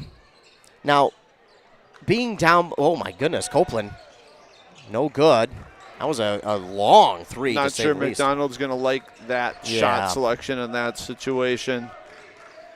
With the clock reset to 20, you'd like to see him maybe find something a little bit higher percentage. I'll drive to the basket. Another nice layup there for Christensen for 2. 48-28. But here come the Blue Jackets inside. Nelson draws the foul, but he also dropped it in for 2. Good pass up the court, seeing Nelson open in the lane, and a good put in by Nelson.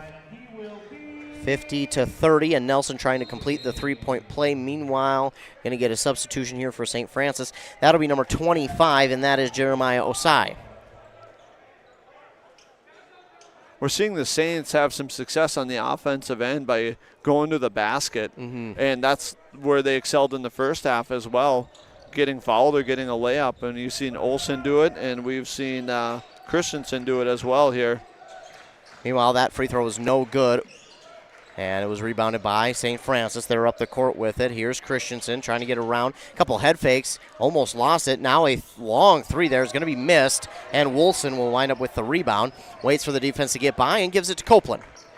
Copeland brings it up on the far side, calls out the offense, uses that speed, goes underneath the Nelson, back outside Eppel. Ooh, yeah, he wanted to, but that's a really smart play there to not take that shot, as he'll give on this near side now to Copeland. Right back to Nelson. And now trying to go near side. Eppel, that's a long 3, but it looked like I was on the line, but just comes up a little bit short. Rebound there for Osai. Now up the court quickly, they go to Kruger. Kruger back to Osai. He thought about 3, now pulls it down, lost it, and it's going to be stolen away by Lundeen. And quickly up the court to Copeland, and he drops it in for 2. It's one thing to get the steal. It's another to get a good pass like that up the court to get the fast break points. Yeah. And again, you see Copeland just making things happen. Copeland's really been the stabilizer tonight, getting the steals when the Jackets really need it, getting the layups when we really need it, hooking his teammates up when they need it. Meanwhile, down on this side, Wilson gets a block. We'll go out of bounds off of him, so we'll stay with St. Francis. But a big-time block there. 13 minutes to go here, second half, 52-30. Is the score. Inbound goes to Olsen. It went a little short of him, but he's able to pick it up. Christensen now with it. He stops, pulls the trigger on a long 3. All of a sudden, he's heating up for St. Francis, and he's saying, all right, if my buddy can't get it done, I sure can. 52-33, and that will draw a timeout from St. Francis, so while they take one, we will as well. Back in 30 seconds on KBK and WCMP. Stop relying on unstable energy prices and switch to self-sufficiency with the Classic Edge HDX outdoor wood furnace from Central Boiler. Heat your home, outbuildings, and provide endless hot water, all while utilizing your backyard source for renewable energy. The Classic Edge uses up to 60% less wood, which means less waste and less work. Be more comfortable for less money with the Classic Edge HDX. Northland Boiler Sales. Visit northlandboilersales.com. Back here on KBK and WCMP, 52-33 is our score, with the Blue Jackets leading on the Embrace Orthodontics scoreboard. Blue Jackets, good start to this second half. They're hoping, though, that these next, 9-10 minutes won't be similar to the 9-10 of the first half. And we'll see a turnover as that passing got a little awry there for Cambridge-Isanti. Olsen, nice give underneath to Christensen, but then the ball up for grabs. We're going to get a jump ball, I would assume. Yeah, the far ref came in with the jump ball. Let it get a little physical before they come in with the jump ball. So it will be the Blue Jackets who will get the ball back with the possession arrow. So again, another turnover will not hurt them this time. Wilson now gets through traffic, gives it to Copeland. Copeland nearly had it taken away. He had it knocked out. And there is Eppel. Oh, it rattles through, but it doesn't matter if it rattles or if it goes through cleanly as long as it goes through. But you see the Saints turnover hurt them with Eppel making the three. Eppel. Oh, he did! So he knocked it out. Then on the sideline, it was going to go out of bounds off of him. He slapped it back off of the defender, Olsen, and it goes out of bounds off him. Eppel will get it back for Cambridge-Isanti. Great hustle play right there by Eppel. Really just outworking people, saving the ball off the Saints. Copeland pauses, gives to Wilson now. Wilson looking. I think he wanted to get it there to Dissing, but Dissing kind of got caught up in the defense, and now a three here from Lundeen. All of a sudden, the deep ball getting to work for Cambridge-Isanti. Really good ball movement, getting wide open looks on that possession. And another steal by Eppel with the Saints trying to break the press by dribbling. And Copeland and Lundeen could not drop it in. That's one where if you're Cambridge-Isanti, that one's gonna be one that kind of haunts you. Meanwhile, the deep pass is gonna be stolen away here by Berman. Whistle, that ball goes out of bounds. It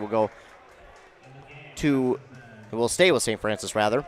Yeah, that steal that's 2 points that you just left out there on the court if you're Cambridge-Isanti. And, I mean, Copeland kind of overran the basket a little bit. Yeah. You don't see that happen very often with Copeland.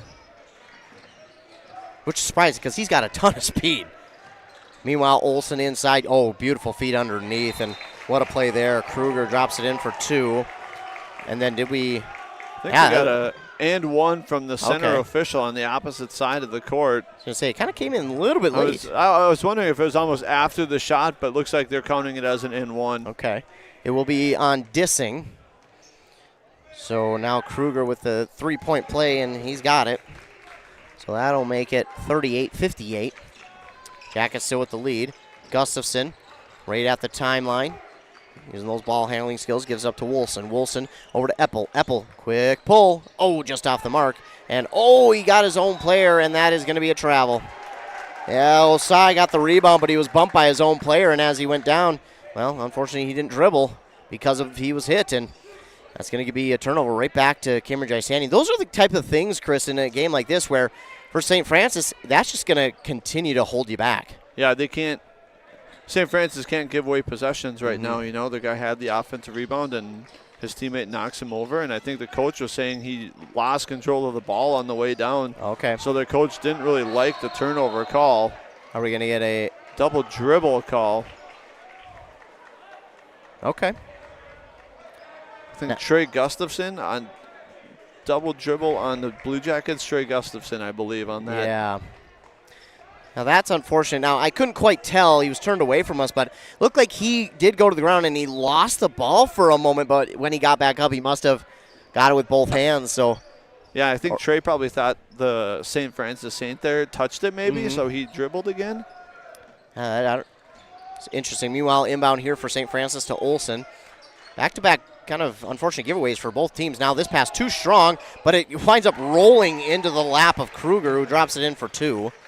So now 58-40. Man, St. Francis just kind of continuing to stick right in this game. They refuse to be put away by Cambridge-Isanti. Meanwhile, this is blocked. Eppel looking for the foul, but that's just a massive block there from Christensen. Yeah, great block by Christensen. And you and I talked about it on the last break. It's really been two runs, the start of both the first half and the second half. And really, most of these minutes, it's been an even up game. It's just the four straight turnovers by St. Francis early in this half and the 12-1 start to start the game really has the Saints playing catch up here, and they're doing a decent job, but they just fall too far behind on those 2 runs. Yeah, meanwhile, we did get a foul here on St. Francis off the inbound. It's on Olsen, their team's second, his second. Yeah, it has been pretty even other than those 2 runs, and that's really been it. So for either team, really, it can be looked at as bad and good. If you're Cambridge-Isanti, you know, hey, if we can put this together consistently throughout a half, we can put really any team we face away.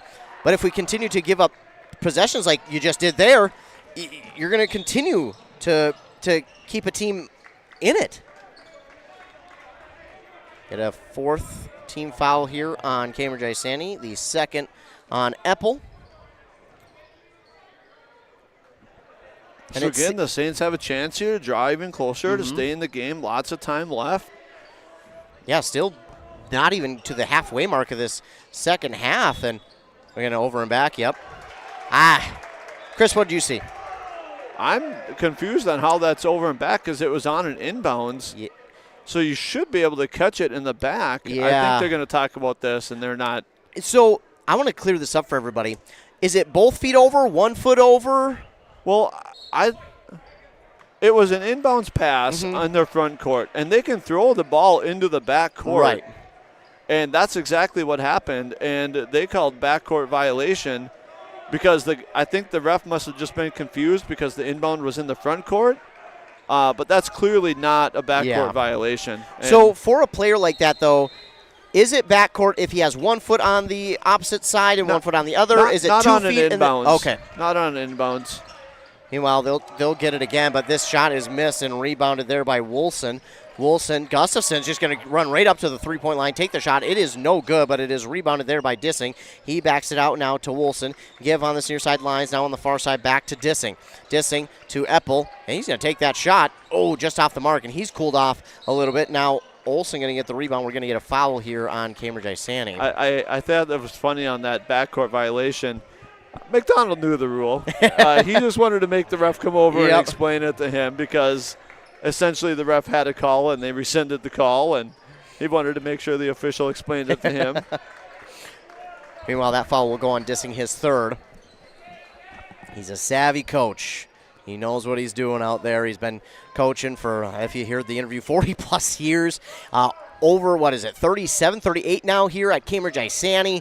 I mean, he played for his dad, who was a coach, the legendary coach at Chisholm. I mean, just a legendary family that they have. Meanwhile, Roberts will get a steal. A 3 is going to be no good from Gustafson. Rebounded here by Christensen. He'll take it up, and he gets through some traffic. Oh, and then Eppel could not hold on to what would have been another turnover. We've kind of gone stale here the last couple minutes for both squads. Turnovers galore. Yeah, Cambridge has really stalled out here the last couple possessions, but St. Francis has been unable to take advantage of it. Olsen gets the inbound. Oh, that's going to be offensive. Yep.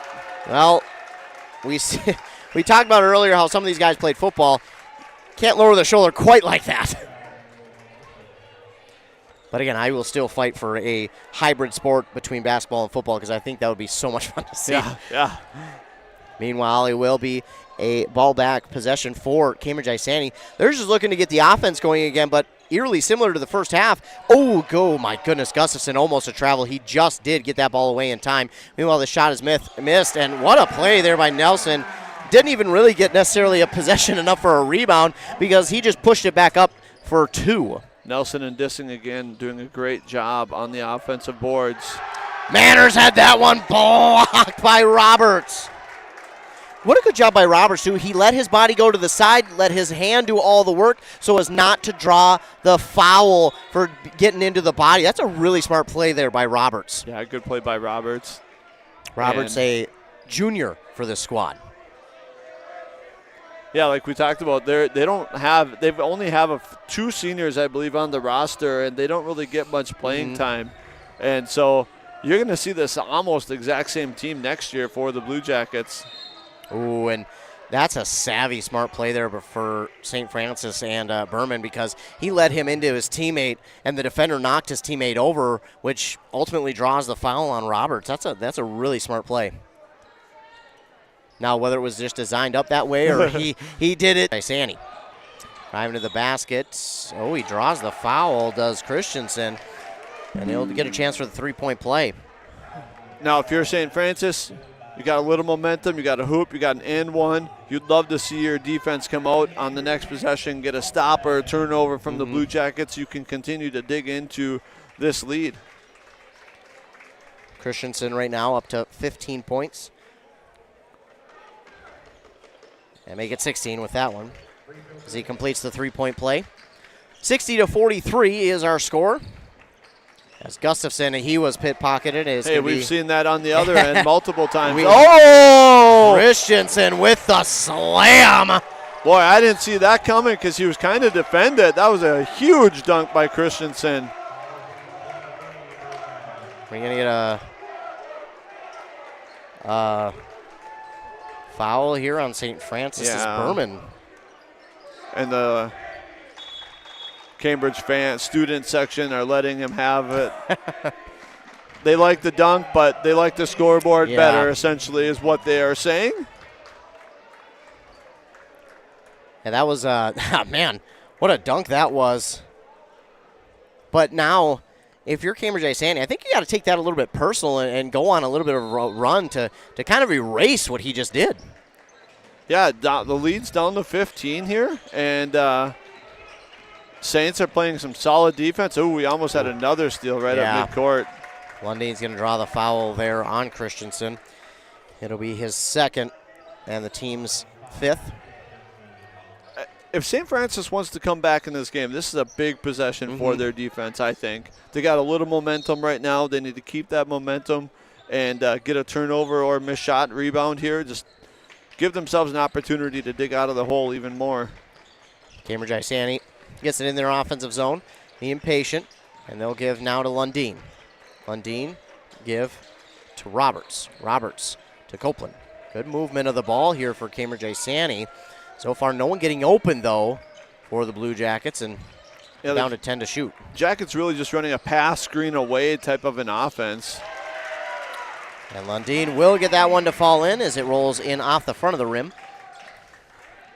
So they do score there, but, you know, for St. Francis, it still feels like they still got momentum here.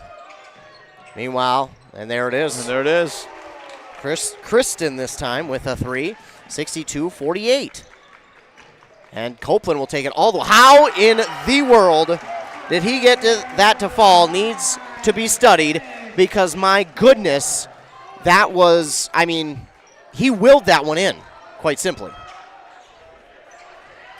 Stolen away by Copeland and smartly slows it down. Give to Lundeen. Lundeen gets around one and cannot get it to fall. Well, that's one where I think Cambridge-Isanti needed that one. Again, they're still leading, but it just feels like, man, they still need something to kind of go their way a little bit. Yeah, the Saints have, like we talked about, 2 runs, and really the Saints have played with them the entire ball game other than those 4 minutes of action, really. 3 is missing. A really good rebound here by Copeland. And give on the far side. Roberts for 3. That's off the mark. Too strong and rebounded there by Kristen for St. Francis. Give now to Christensen. It was Olsen for a little bit for St. Francis. Now they're saying, hey, Christensen, you go ahead. Whoa.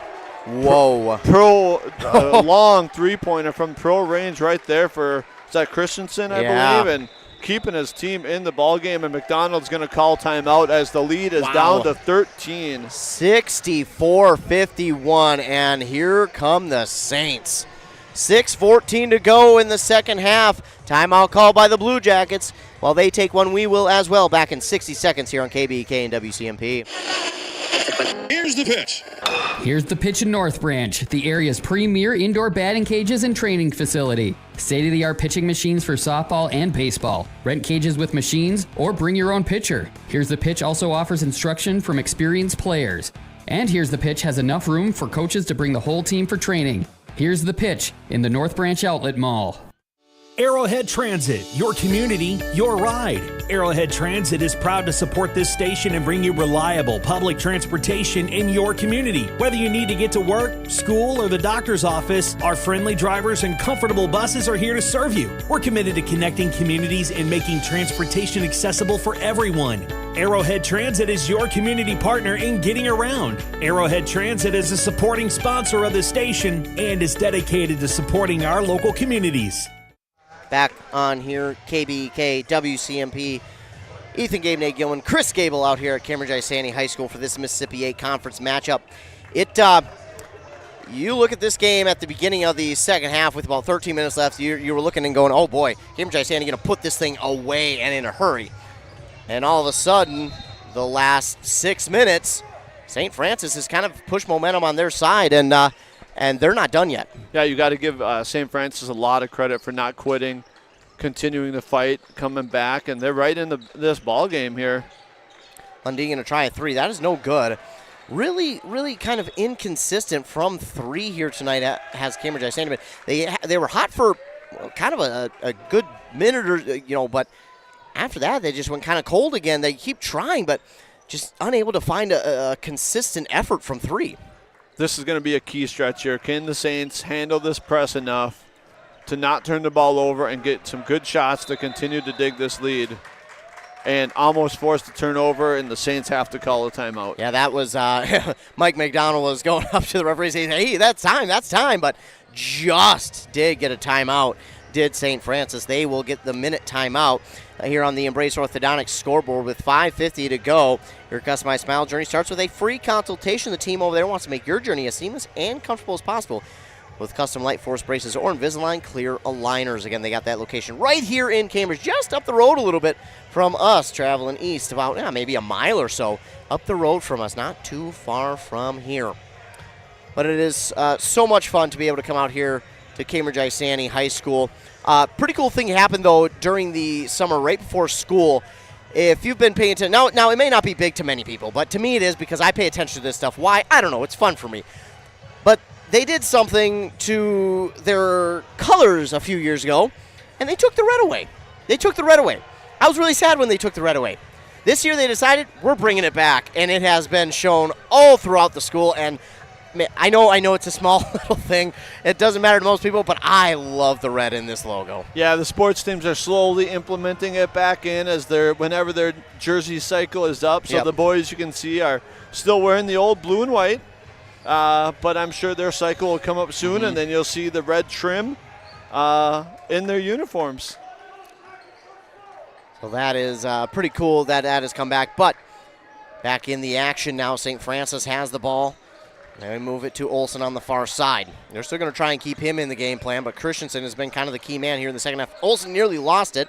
Good give underneath. The reverse layup is not going to get it, and it is rebounded here by Nelson of Cambridge-Isanti. Lundin quickly up the court to now Copeland in the far side corner. That is going to be no good, but Lundin is there for the rebound.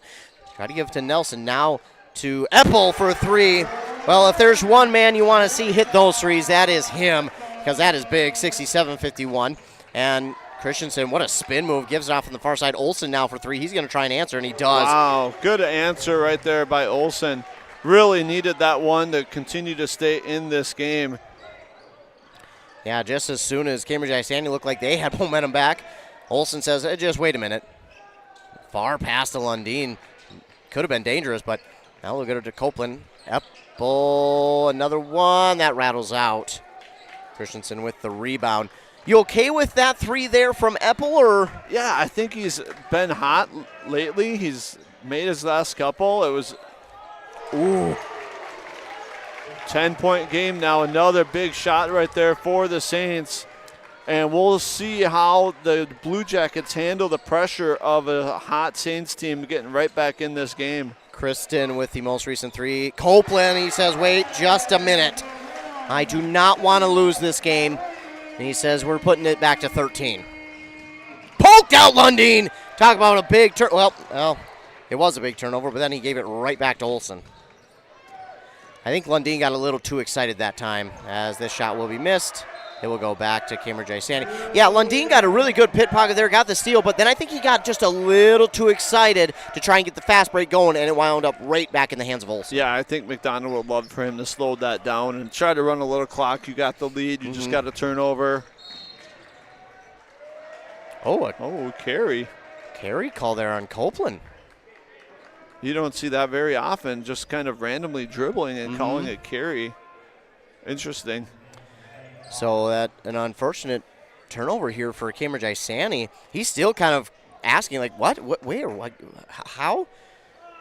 So now a call like that can, for Cambridge-Isanti, kind of derail any momentum that they've gained. So if you're Cambridge-Isanti, got to forget about that, move on, and try and make a big stop defensively. Yeah, because you're kind of confused. You're not sure what happened, and it was called. Ooh, in and out three-pointer right there for the Saints. Yeah, that would have been big had they hit that, but Lundin comes up with a rebound. Eppel now looks like they'll try and maybe slow it down a little bit. Eppel doing some good dribbling. Now he'll give on this near side to Copeland. Copeland spins around in no hurry. Well, he finds a man open underneath, but Nelson couldn't quite hang on to it cleanly. And no foul call. Wow, we're going to have a jump ball called. They're saying it was a jump ball as he's going up for it. They're saying the defender had his hand on the top of the ball and calling a jump ball. It certainly was not. The lead official did not call that. The lead official was just going to say it was out of bounds on the block shot. McDonald was a little bit furious, too, that was called a jump ball. He thought it was a foul, and off of that, Kristen comes back with a three. So you talk about a call that makes a huge difference. It drops it back to a 10-point game, and Nelson wide open underneath, and he couldn't get it. And it's Christensen with the rebound.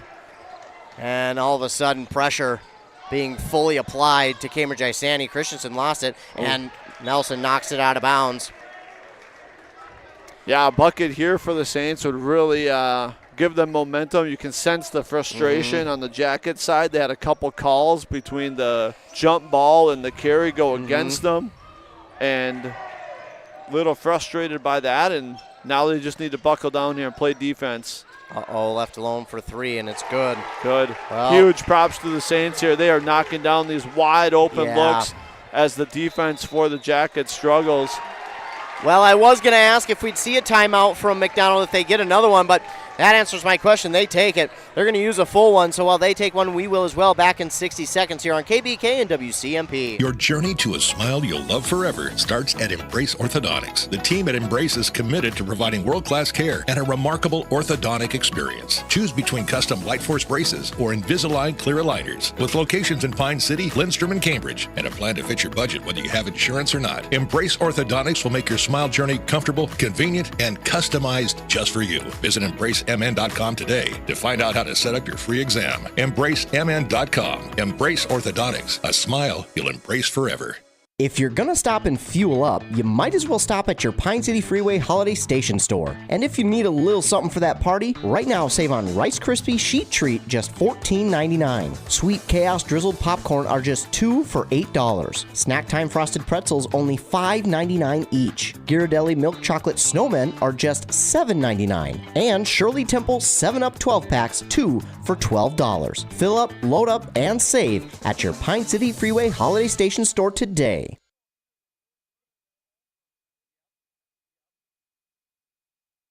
Back here on WCMP and KBK, it has been quite a second half. This, I believe, is the closest the Saints have gotten. 7 points. They've had it down to double digits before, but 7 points has been the closest they have been all night. And the Blue Jackets obviously feeling it now. Chris, do you try and take as much time off the clock as you can, or are you still looking for open shot? What is the game plan here now for, other than that turnover? Almost turnover. Well, they are going to say it was because they reset the clock. St. Francis coach agrees with you on that one. Yeah, why is the clock reset? I don't think it should have been. I don't think it was enough possession. Meanwhile, Eppel's going to hit a three. I think Cambridge-Isanti just got a gift. Yeah, I think you're right. St. Francis coach is still looking for an explanation from the coach on why the shot clock reset on that. Yeah, I'm not quite sure. Meanwhile, a rebound for Eppel, and that might be enough to swing it, Chris. That might just be the one. Well, Lundin, he thought about going for the three, went through the motion, and Wilson jump inside. A little jump stop there. I think people wanted to travel on that. And it was no good. Roberts got the rebound. He was fouled, and he'll go to the line and shoot two. But, yeah, what was called a turnover, I think was just kind of tipped into the backcourt, and St. Francis really never had the ball. And I've done the shot clock before, so I understand the frustrations and the pressures of that. But St. Francis really never had control of the ball. The shot clock should have stayed, and they were able to get it back and get the three-pointer to fall to get the lead back to 10.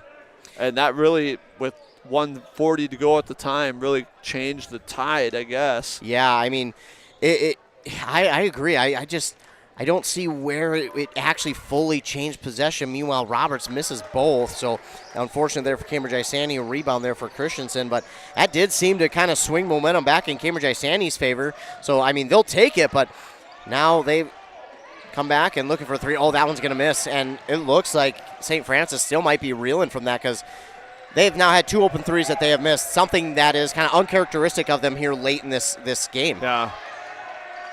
Meanwhile, this one is tipped into the backcourt, so it won't be an over and back. Christensen, oh, what a nasty move. Inside shot is no good. He's looking for a foul call. It's rebounded by Roberts. What do you think about that non-call?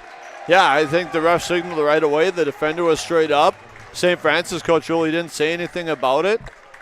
So I think it was a good call, or good no call by the official on that drive.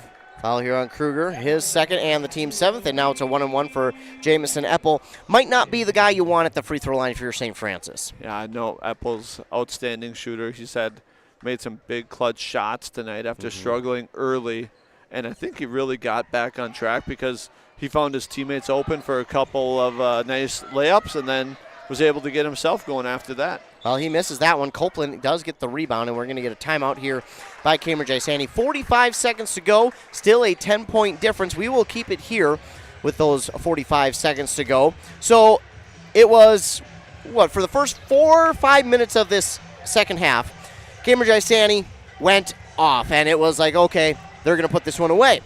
Then all of a sudden, for the next 6, 7, 8 minutes, it was all St. Francis. They got it back, and they got it down to 7. Then all of a sudden, a couple threes were hit back and forth, but then a big call that was called a change of possession. So they called it 2 steals, one for St. Francis, one for Cambridge-Isanti to get it back, and that kind of pushed momentum back on Cambridge-Isanti's side. They went and hit a big 3, and they now lead back by 10. 45 seconds to go. It's not over yet. A lot can happen. 10 points can easily be made up in 45 seconds, but St. Francis, obviously, now with 17 fouls, that's something to watch as well. So these 45 seconds we might be in for a long 45 seconds, if I'm being honest. Yeah, we've seen both teams turn the ball over a lot, and so if St. Francis can draw a couple turnovers here, they're going to, even though there's only under a minute left, they can be right back in it. Well, late whistle there. Oh, going to need a foul on Cambridge-Isanti. I think it was a carry. Oh, okay. Okay, so Eppel. I believe that's what the call was from the far official over there. Was a carry called on the Blue Jackets, and I didn't see it, I guess, but what a move by Christensen inside. Missed the shot, but he was fouled, and it's going to go against Wilson, his third, team's 8th. And the ref signaled he got him in the head on that. Eppel's still feeling it over there. He's still not sure. Pretty upset. But 32 seconds left. That, if there's a positive out of that did take off a lot of time, and a miss here from Christensen. Christensen has had quite the second half, though. I mean, we got to give him a ton of credit. He has 21 points, and almost all of them come here in the second half. What a half for this young man. Yeah, he and Olsen really have taken turns here, trying to keep their team in the game. That shot is no good. Nelson gets the rebound quickly up the court to Eppel. Eppel going to keep the ball away from everybody he's fouled. He goes to shoot 1-and-1. So 8th team foul here on St. Francis, the 3rd on Christensen. Couple subs for each side. And Eppel, again, a 1-and-1. 25 seconds left. Cambridge-Isanti trying to hold off that comeback from St. Francis. Biggest lead of the night for the Blue Jackets was 22 points. It came right after the Saints turned the ball over 4 straight times. And the Jackets were able to extend that lead even further. And really, the Saints have been playing catch-up all night. Eppel makes the first. And this one's good as well. So Eppel, 2 big free throws. That will pretty much put this one in the books. 75-63 with now 20 seconds to go. A 3 here from St. Francis. It is no good. A bunch of bodies coming together. Eppel is going to come out of there with the rebound. He now goes to line again for a 1-and-1 with 15 seconds to go. And that'll be the 9th team foul for St. Francis. And that one will go against Olson, his 4th. So in this second half, the threes really started to come alive for both squads. Both squads started to hit it real well from deep. St. Francis got a little bit more in the first half, but here in the second half, Cambridge-Isanti has done their work as well. Meanwhile, this is missed. It is rebounded by Kristen. And a 3 here. Ooh, good. Good-looking shot there from Voss. Timeout called by St. Francis. 7 seconds to go. That is pretty much going to seal this, even though, again, it is still 9 points. 75-66. That's going to be tough to do in 7 seconds. Not saying it's impossible. Stranger things have happened, but it is going to really be tough to overcome 9 points in 7 seconds. So, timeout called by St. Francis. That's their final one.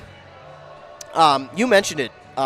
St. Francis has been playing catch-up pretty much all night, but if that's them playing catch-up, man, I don't know if Cambridge-Isanti would have been able to overcome St. Francis if they would have had the lead. If this was flip-flop, the way St. Francis was moving this ball and playing, I don't know if St. Francis would have surrendered the lead. Yeah, if St. Francis watches this film tonight and can learn how to beat the press or what worked tonight against the press, the next time these two teams face each other, it's going to be a really good ball game. It's going to be a tight ball game. Like we talked about, the first 2.5 minutes of the game, it was a 12-1 score when St. Francis called the timeout, and it was just turnover after turnover after turnover by the Saints. And once they were able to really calm down and work the ball up the court against the press, it's been an even ball game. I mean, it was 12-1 right off the bat, and now it's a 9-point ball game. And even the Jackets got up 22. The Saints fight back again after that. And so the next time these two teams meet, it's going to be an awesome ball game. It certainly will be.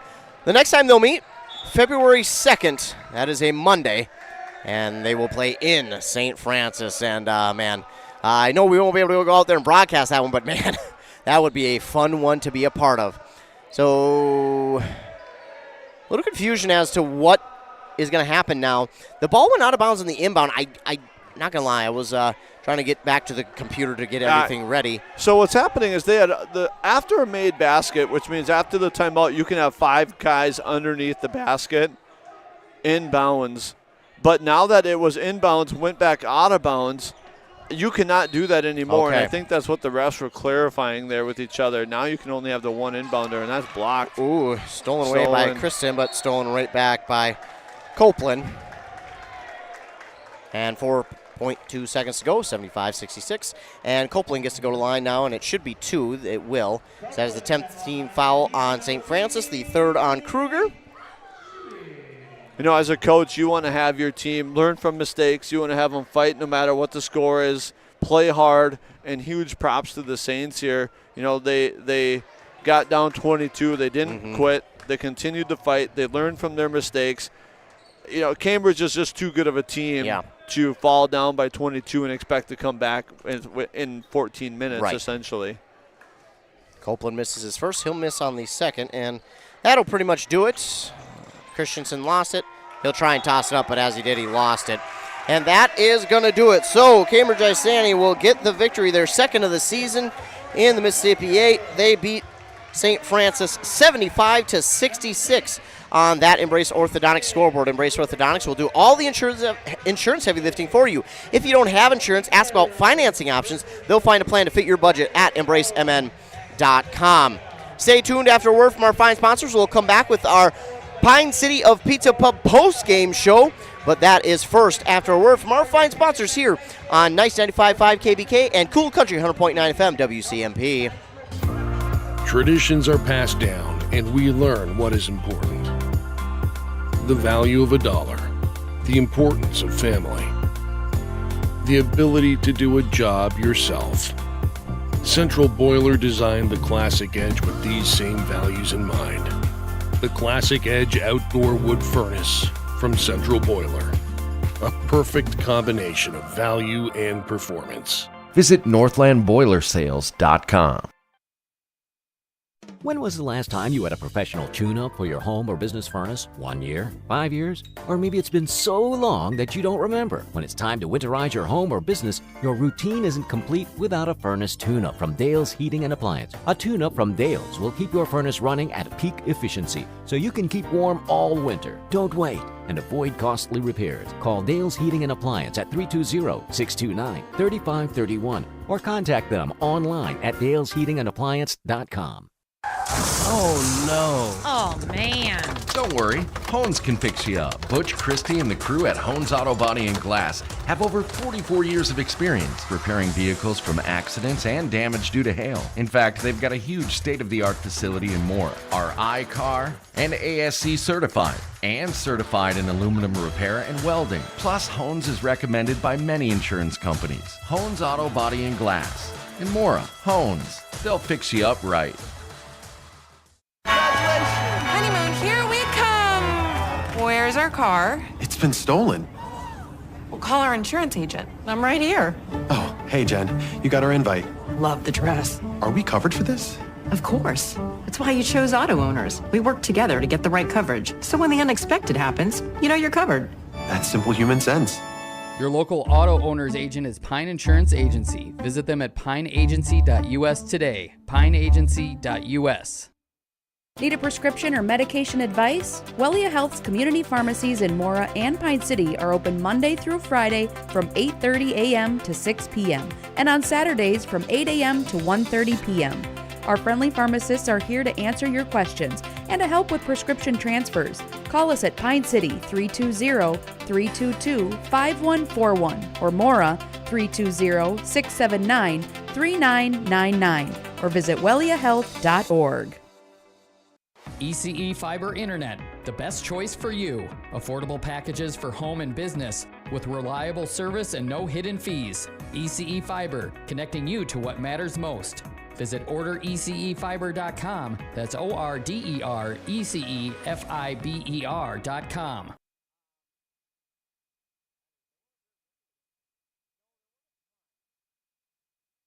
Back here on WCMP and KBEK, the final here in Cambridge. The Blue Jackets beat the St. Francis Saints 75-66. Ethan Game Day Gilman, Chris Gable out here for this one. It was a fun one, Chris. It was, Blue Jackets for the most part, you said it though, it was really two runs that they had that kind of dictated the outcome of this one. One in the first half, then the second one to begin the second half, and that was kind of it. Other than that, this was even. Yeah, this was an even game. And, if Cambridge, you're watching the film, you're going to point out the two big runs. What did we do well in those runs? And really, they forced a ton of turnovers on their press. They were able to force St. Francis in the dribble, knocking balls away, quick hands, forcing St. Francis to dribble through people, got turnovers, got layups. And if you're St. Francis, you're going back watching film, you're like, hey, you take out these 4 minutes, learn from those 4 minutes, and you're going to say you were in this ball game. Yeah, they really were, and they had a really impressive run here in this second half for nearly 10 minutes where they had closed the gap, and they shut it down to 7 points. And if not for a couple things that did or didn't go their way, this might be a different outcome, or at least a closer outcome one way or the other. So this was a really fun one to be a part of. But as we take a look at some stats here for St. Francis, leading the way were both Drew Christensen and Hunter Olsen with 21 each. Then you had Alex Christen with 10, 8 for Jaden Kruger. Then you had 3 for David Voss and 1 for Leighton Manners. They were led in rebounding by Christensen with 8. They had 10 steals, 1 block, and 19 team fouls. On the other side for Cambridge-Isanti, leading the way was Peyton Copeland. 2 pretty even halves, but 27 points for him. Jamison Eppel had a big second half, and he had 21 to finish the game. 6 for Nelson, Wolson, and Dissing. And I don't want to forget, Eddie Lundeen finished with 11 in the game. 7 rebounds for both Nelson and Wolson to lead the team. They had 23 steals. Now, that's not including takeaways. That's just steals, Chris, in the game. 23 steals, along with 3 blocks. That is quite the line defensively. Yeah, and most of them happened in those runs where they were able to get out to those big leads and hurt St. Francis. So, again, if you're the Saints, you're looking at those and you really want to learn and have your team learn from those turnovers. But the Blue Jackets, huge props to them. They never really – it got to 7, and it felt like it was getting tight, but the Jackets always found a way, whether that was Eppel hitting a big shot or Copeland getting another big steal and a layup, or Nelson and Dissing getting an offensive rebound and getting fouled. Like, they found a way to really not let St. Francis feel like they're going to win the game. Yeah, right. Right, and that's one thing, too, is, as I mentioned it, too, sometimes teams have to learn how to put a team away, how to win like that. And because early on, Cambridge-Isanti in the second half had a chance to do so. They were up by 22, and it looked like they might go up by 30 quite easily until St. Francis had a nice comeback. But you get a team like that, and to put them away that early, that would be great. But you mentioned it. Cambridge-Isanti just did a good job of staying out in front. And sometimes that's all you have to do in a game. You might not beat them by 20, 30 points. Sometimes you're going to win by 1 or 2. As long as you stay out in front, that's what matters. And they did just that. They kept the lead enough to where, hey, St. Francis made a nice comeback, but they just stayed out in front and kept the lead for themselves to where, hey, you're not going to come back on us. That you're going to need more time and or another day to do so. Now, they'll have that other day in February, but they just did enough to get the win here this evening. But what a fun game this was here in the Mississippi 8 Conference. Cambridge-Isanti does get the victory here tonight, but be sure that the next time these two teams play, you mentioned it, and I'm going to say it again, that will be an entertaining game. It's going to be, I have a wild guess, it's going to be a lot different in that it's going to be a lot closer. And if they play the way they did here in the second half late, that one has all the reasons to go into overtime if that one winds up being the way we think it will be in game 2 in February. But again, another really fun game to call, Chris. Coming up, though, for Cambridge-Isanti now, we'll wait and see what they got. But getting a win like this and then going into the weekend before Christmas, I mean, how big of a win is that? Because not only that, it's not just a win, it's a conference win, too. Yeah, we talked about it pregame, right? Cambridge is still wanting to find their leader, wanting to find their scorer, wanting to find the guy who's going to take the ball and settle things down when things get tight. And I think they learned a lot about their team tonight, whether that be Copeland, Eppel. I think Eddie Lundeen doesn't do a lot of the scoring. He's not flashy, but he doesn't turn the ball over much, and he does a lot of little things really, really well for this team. He does, and as we take a look at what is coming up for Cambridge-Isanti, coming up next, it's going to be a fun one, too. They will host Duluth East. It's the father-son matchup here on Tuesday, the 2 days before Christmas, so that'll be a fun one. And then after that, well, it's a little bit of a break for them. They'll have 6 days before they head up to UMD, where they will take on both Hermantown and then Forest Lake, and that'll again be another father-son matchup up there at UMD. Then that weekend, after the New Year's, they will head to Duluth East High School, where his son head coaches, but they will play in another tournament there in the Breakdown Lake Superior Classic. They'll play against one team for sure, Hibbing, and that's a really good team so far this year as well. So, and then they'll come out of that and play North Branch at home, then they'll go to Monticello, and then they'll have Becker. So it's going to be a fun run here for Cambridge-Isanti. Next Tuesday is going to be fun. Obviously, the tournaments that you get to be a part of is fun. And then they'll get North Branch. North Branch, really high-flying offense. They were averaging over 80 points a game. That's pretty darn good. Defensively, they're still allowing a lot more, but offensively, that North Branch team can be a problem for a lot of teams. Although they did lose to Chisago last night, they can be a problem for a lot of teams. Now, Cambridge-Isanti, again, you mentioned, still kind of finding their identity, still kind of finding their way. But what can they do over this next game, but also through this break in these tournaments to kind of solidify that identity? learn from their mistakes, right? Essentially, they got to learn from their mistakes. Why was St. Francis able to get back in this game tonight? And what can we do to prevent that from happening? And, like we talked about, they don't have any seniors that really get playing time. Right. And so they need these young people to continue to learn from the experience that they're getting, continue to grow as players, and, with the ultimate goal of being a section team that can have a chance to go to the state tournament. And in Section 7-4A, they could easily do that by the end of the year. They really could. And here in the Pine City Pizza Pub post-game show, it was just a really fun one to be a part of. Again, went from being a large lead down to single digits, and then Cambridge-Isanti got it back up to double digits at half. Then Cambridge-Isanti, that great run to begin the second half. And St. Francis just battled the whole second half to get it down to double digits again. Got it to 7. That's the closest it was. And, that's as close as it would get because Cambridge-Isanti finishes it off with a 75-66 win. So we want to thank all of you for tuning in, our loyal listeners. We appreciate you for tuning in. Obviously, give us a job to do so. We are so thankful to all of you who tune in each and every night. And we want to give a huge shout-out to all of our fine sponsors who sponsor this and every other broadcast that we do, because if it was not for them, 1, we would not be able to come out here, but 2, we would not be able to bring you these games for free. So huge shout-out to all of our fine sponsors. Ways that you can stay up to date with local sports. One of them is subscribing to this YouTube channel and all of our YouTube channels. That way, anytime we go live, you'll get the notification. It will take you right to the live video. Another way is our morning shows on both of these stations on KBK, 7:30 and 8:30, WCMP, 7:45 and 8:45. That's when I'll talk local sports with Adam Hefty and Joshua Miron. We'll go and talk scores from all our local areas from the night before or weekend before. We'll talk games coming up. We'll talk clips. We'll do all that and more. And we might have some scores from our local areas coming up here later on. But more ways you can stay tuned. Our website for both stations. Go to the sports tab, click on broadcast schedule, and that will take you and show you the links that we have for the games coming up. Plus, you'll find on our website interviews with coaches and players and articles. Our socials as well, both our Facebook pages, both our Instagrams, and then our X or Twitter at Q Media Sports for all things local sports. So be sure to like, subscribe, follow, do whatever you have to do to stay up to date with local sports. Also, I want to remind everybody that Pine Insurance is doing a Player of the Week during the winter sports. Player of the Week is presented by Pine Insurance Agency. One player will receive the coveted Player of the Week t-shirt for a job well done. Thank you, Pine Insurance Agency, covering Minnesota and Wisconsin. Now, hey, I can only get to so many games.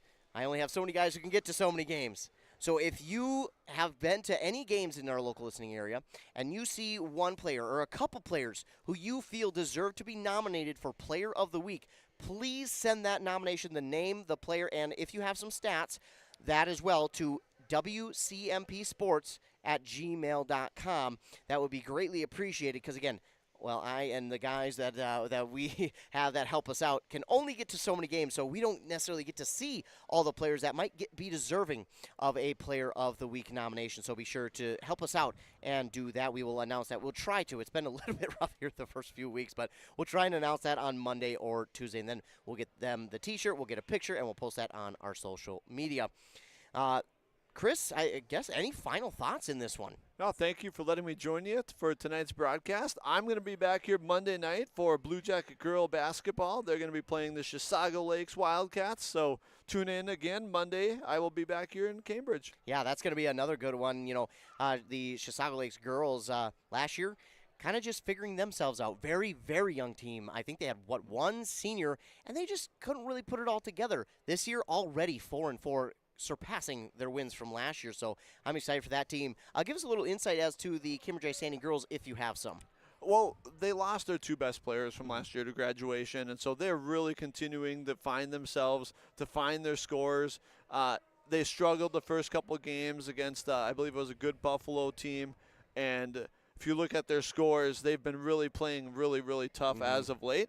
So I believe their record is 0-6, but they really have shown huge improvements already as, they were so used to just giving the ball last year to their best 2 players and not really having to worry about much else. And so really they're trying to look for that ball handler and the scorers, and they're starting to figure things out a little bit. So I'm excited to call Monday's game.